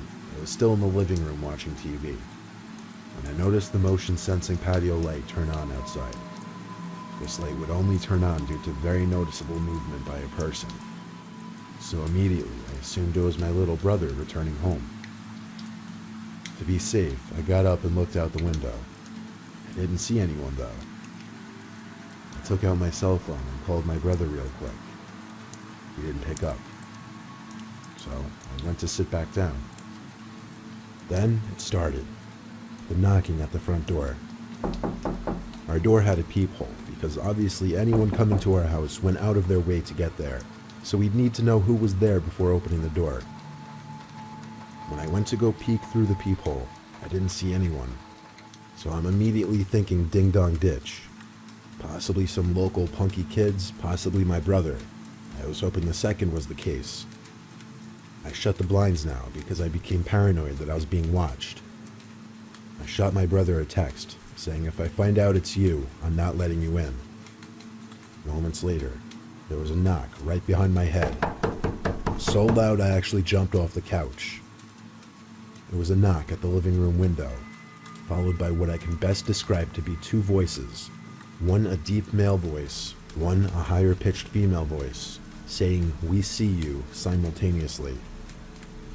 Heart racing, I imagined it to be the most wishful thing I could think of, that it was my little brother and his girlfriend messing with me. In the moment it made sense, or maybe I just wanted it to make sense. The banging on the window didn't stop there, it kept going, but it moved to another window. This time the window in the dining room, where I didn't shut the blinds. From the angle I was standing at, I could see two figures at the window, but no chance could I see anything about their faces. I didn't look at them as I ran upstairs to my dad's room to get one of his guns from under his bed. He told me exactly where he kept it just in case of an emergency. I loaded the rifle and ran downstairs to the dining room window, but they weren't standing there anymore. With a loaded gun, I felt a lot more confident in opening that front door and going outside to confront the situation. When I stepped outside, I decided I'd do one full quick lap around the house and check on the cattle.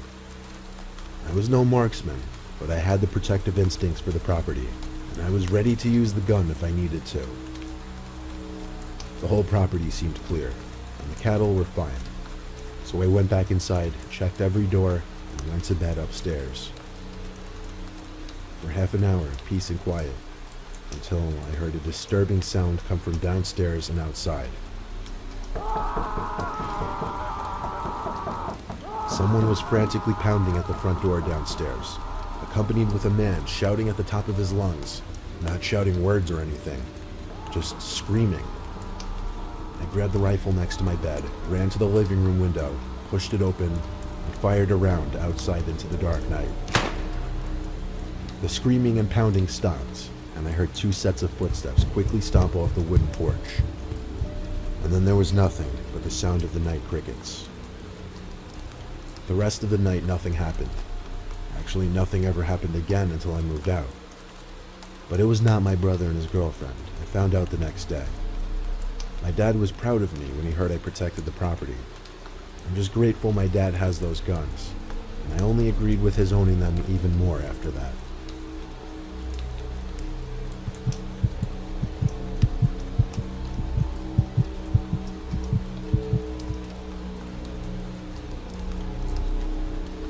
I was home alone one night in the spring.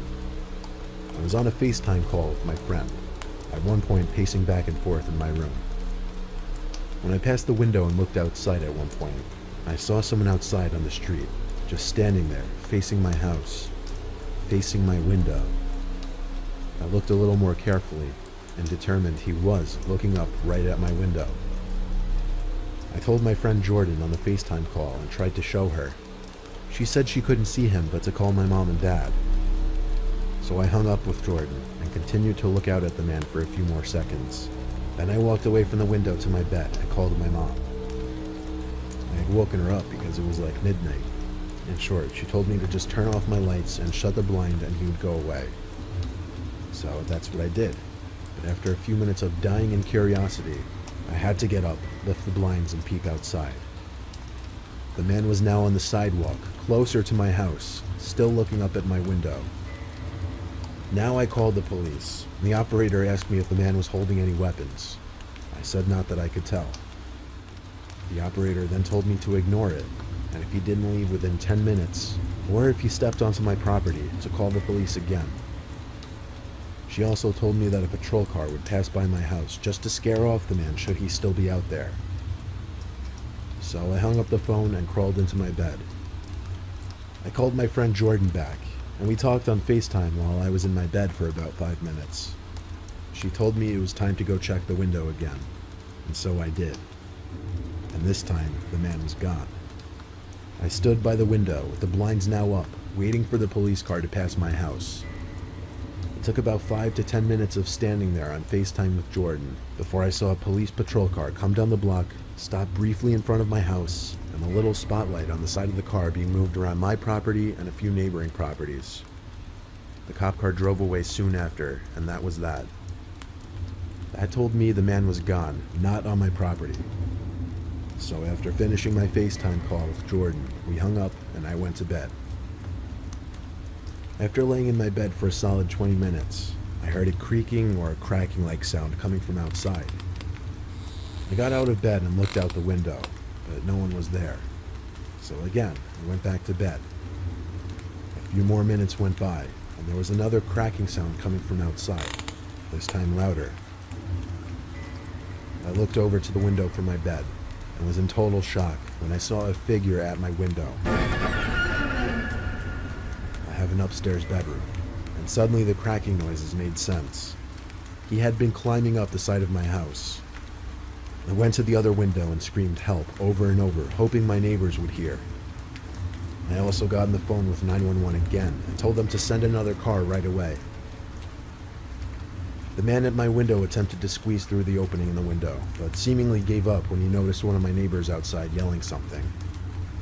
The next time I looked at the window, he was gone, and according to my elderly neighbor who came to my aid, the man jumped down and ran away down the street. Cops came once again. This time I spoke to them and gave them all the info they needed. They said they'd be patrolling the immediate area all night and went on their way.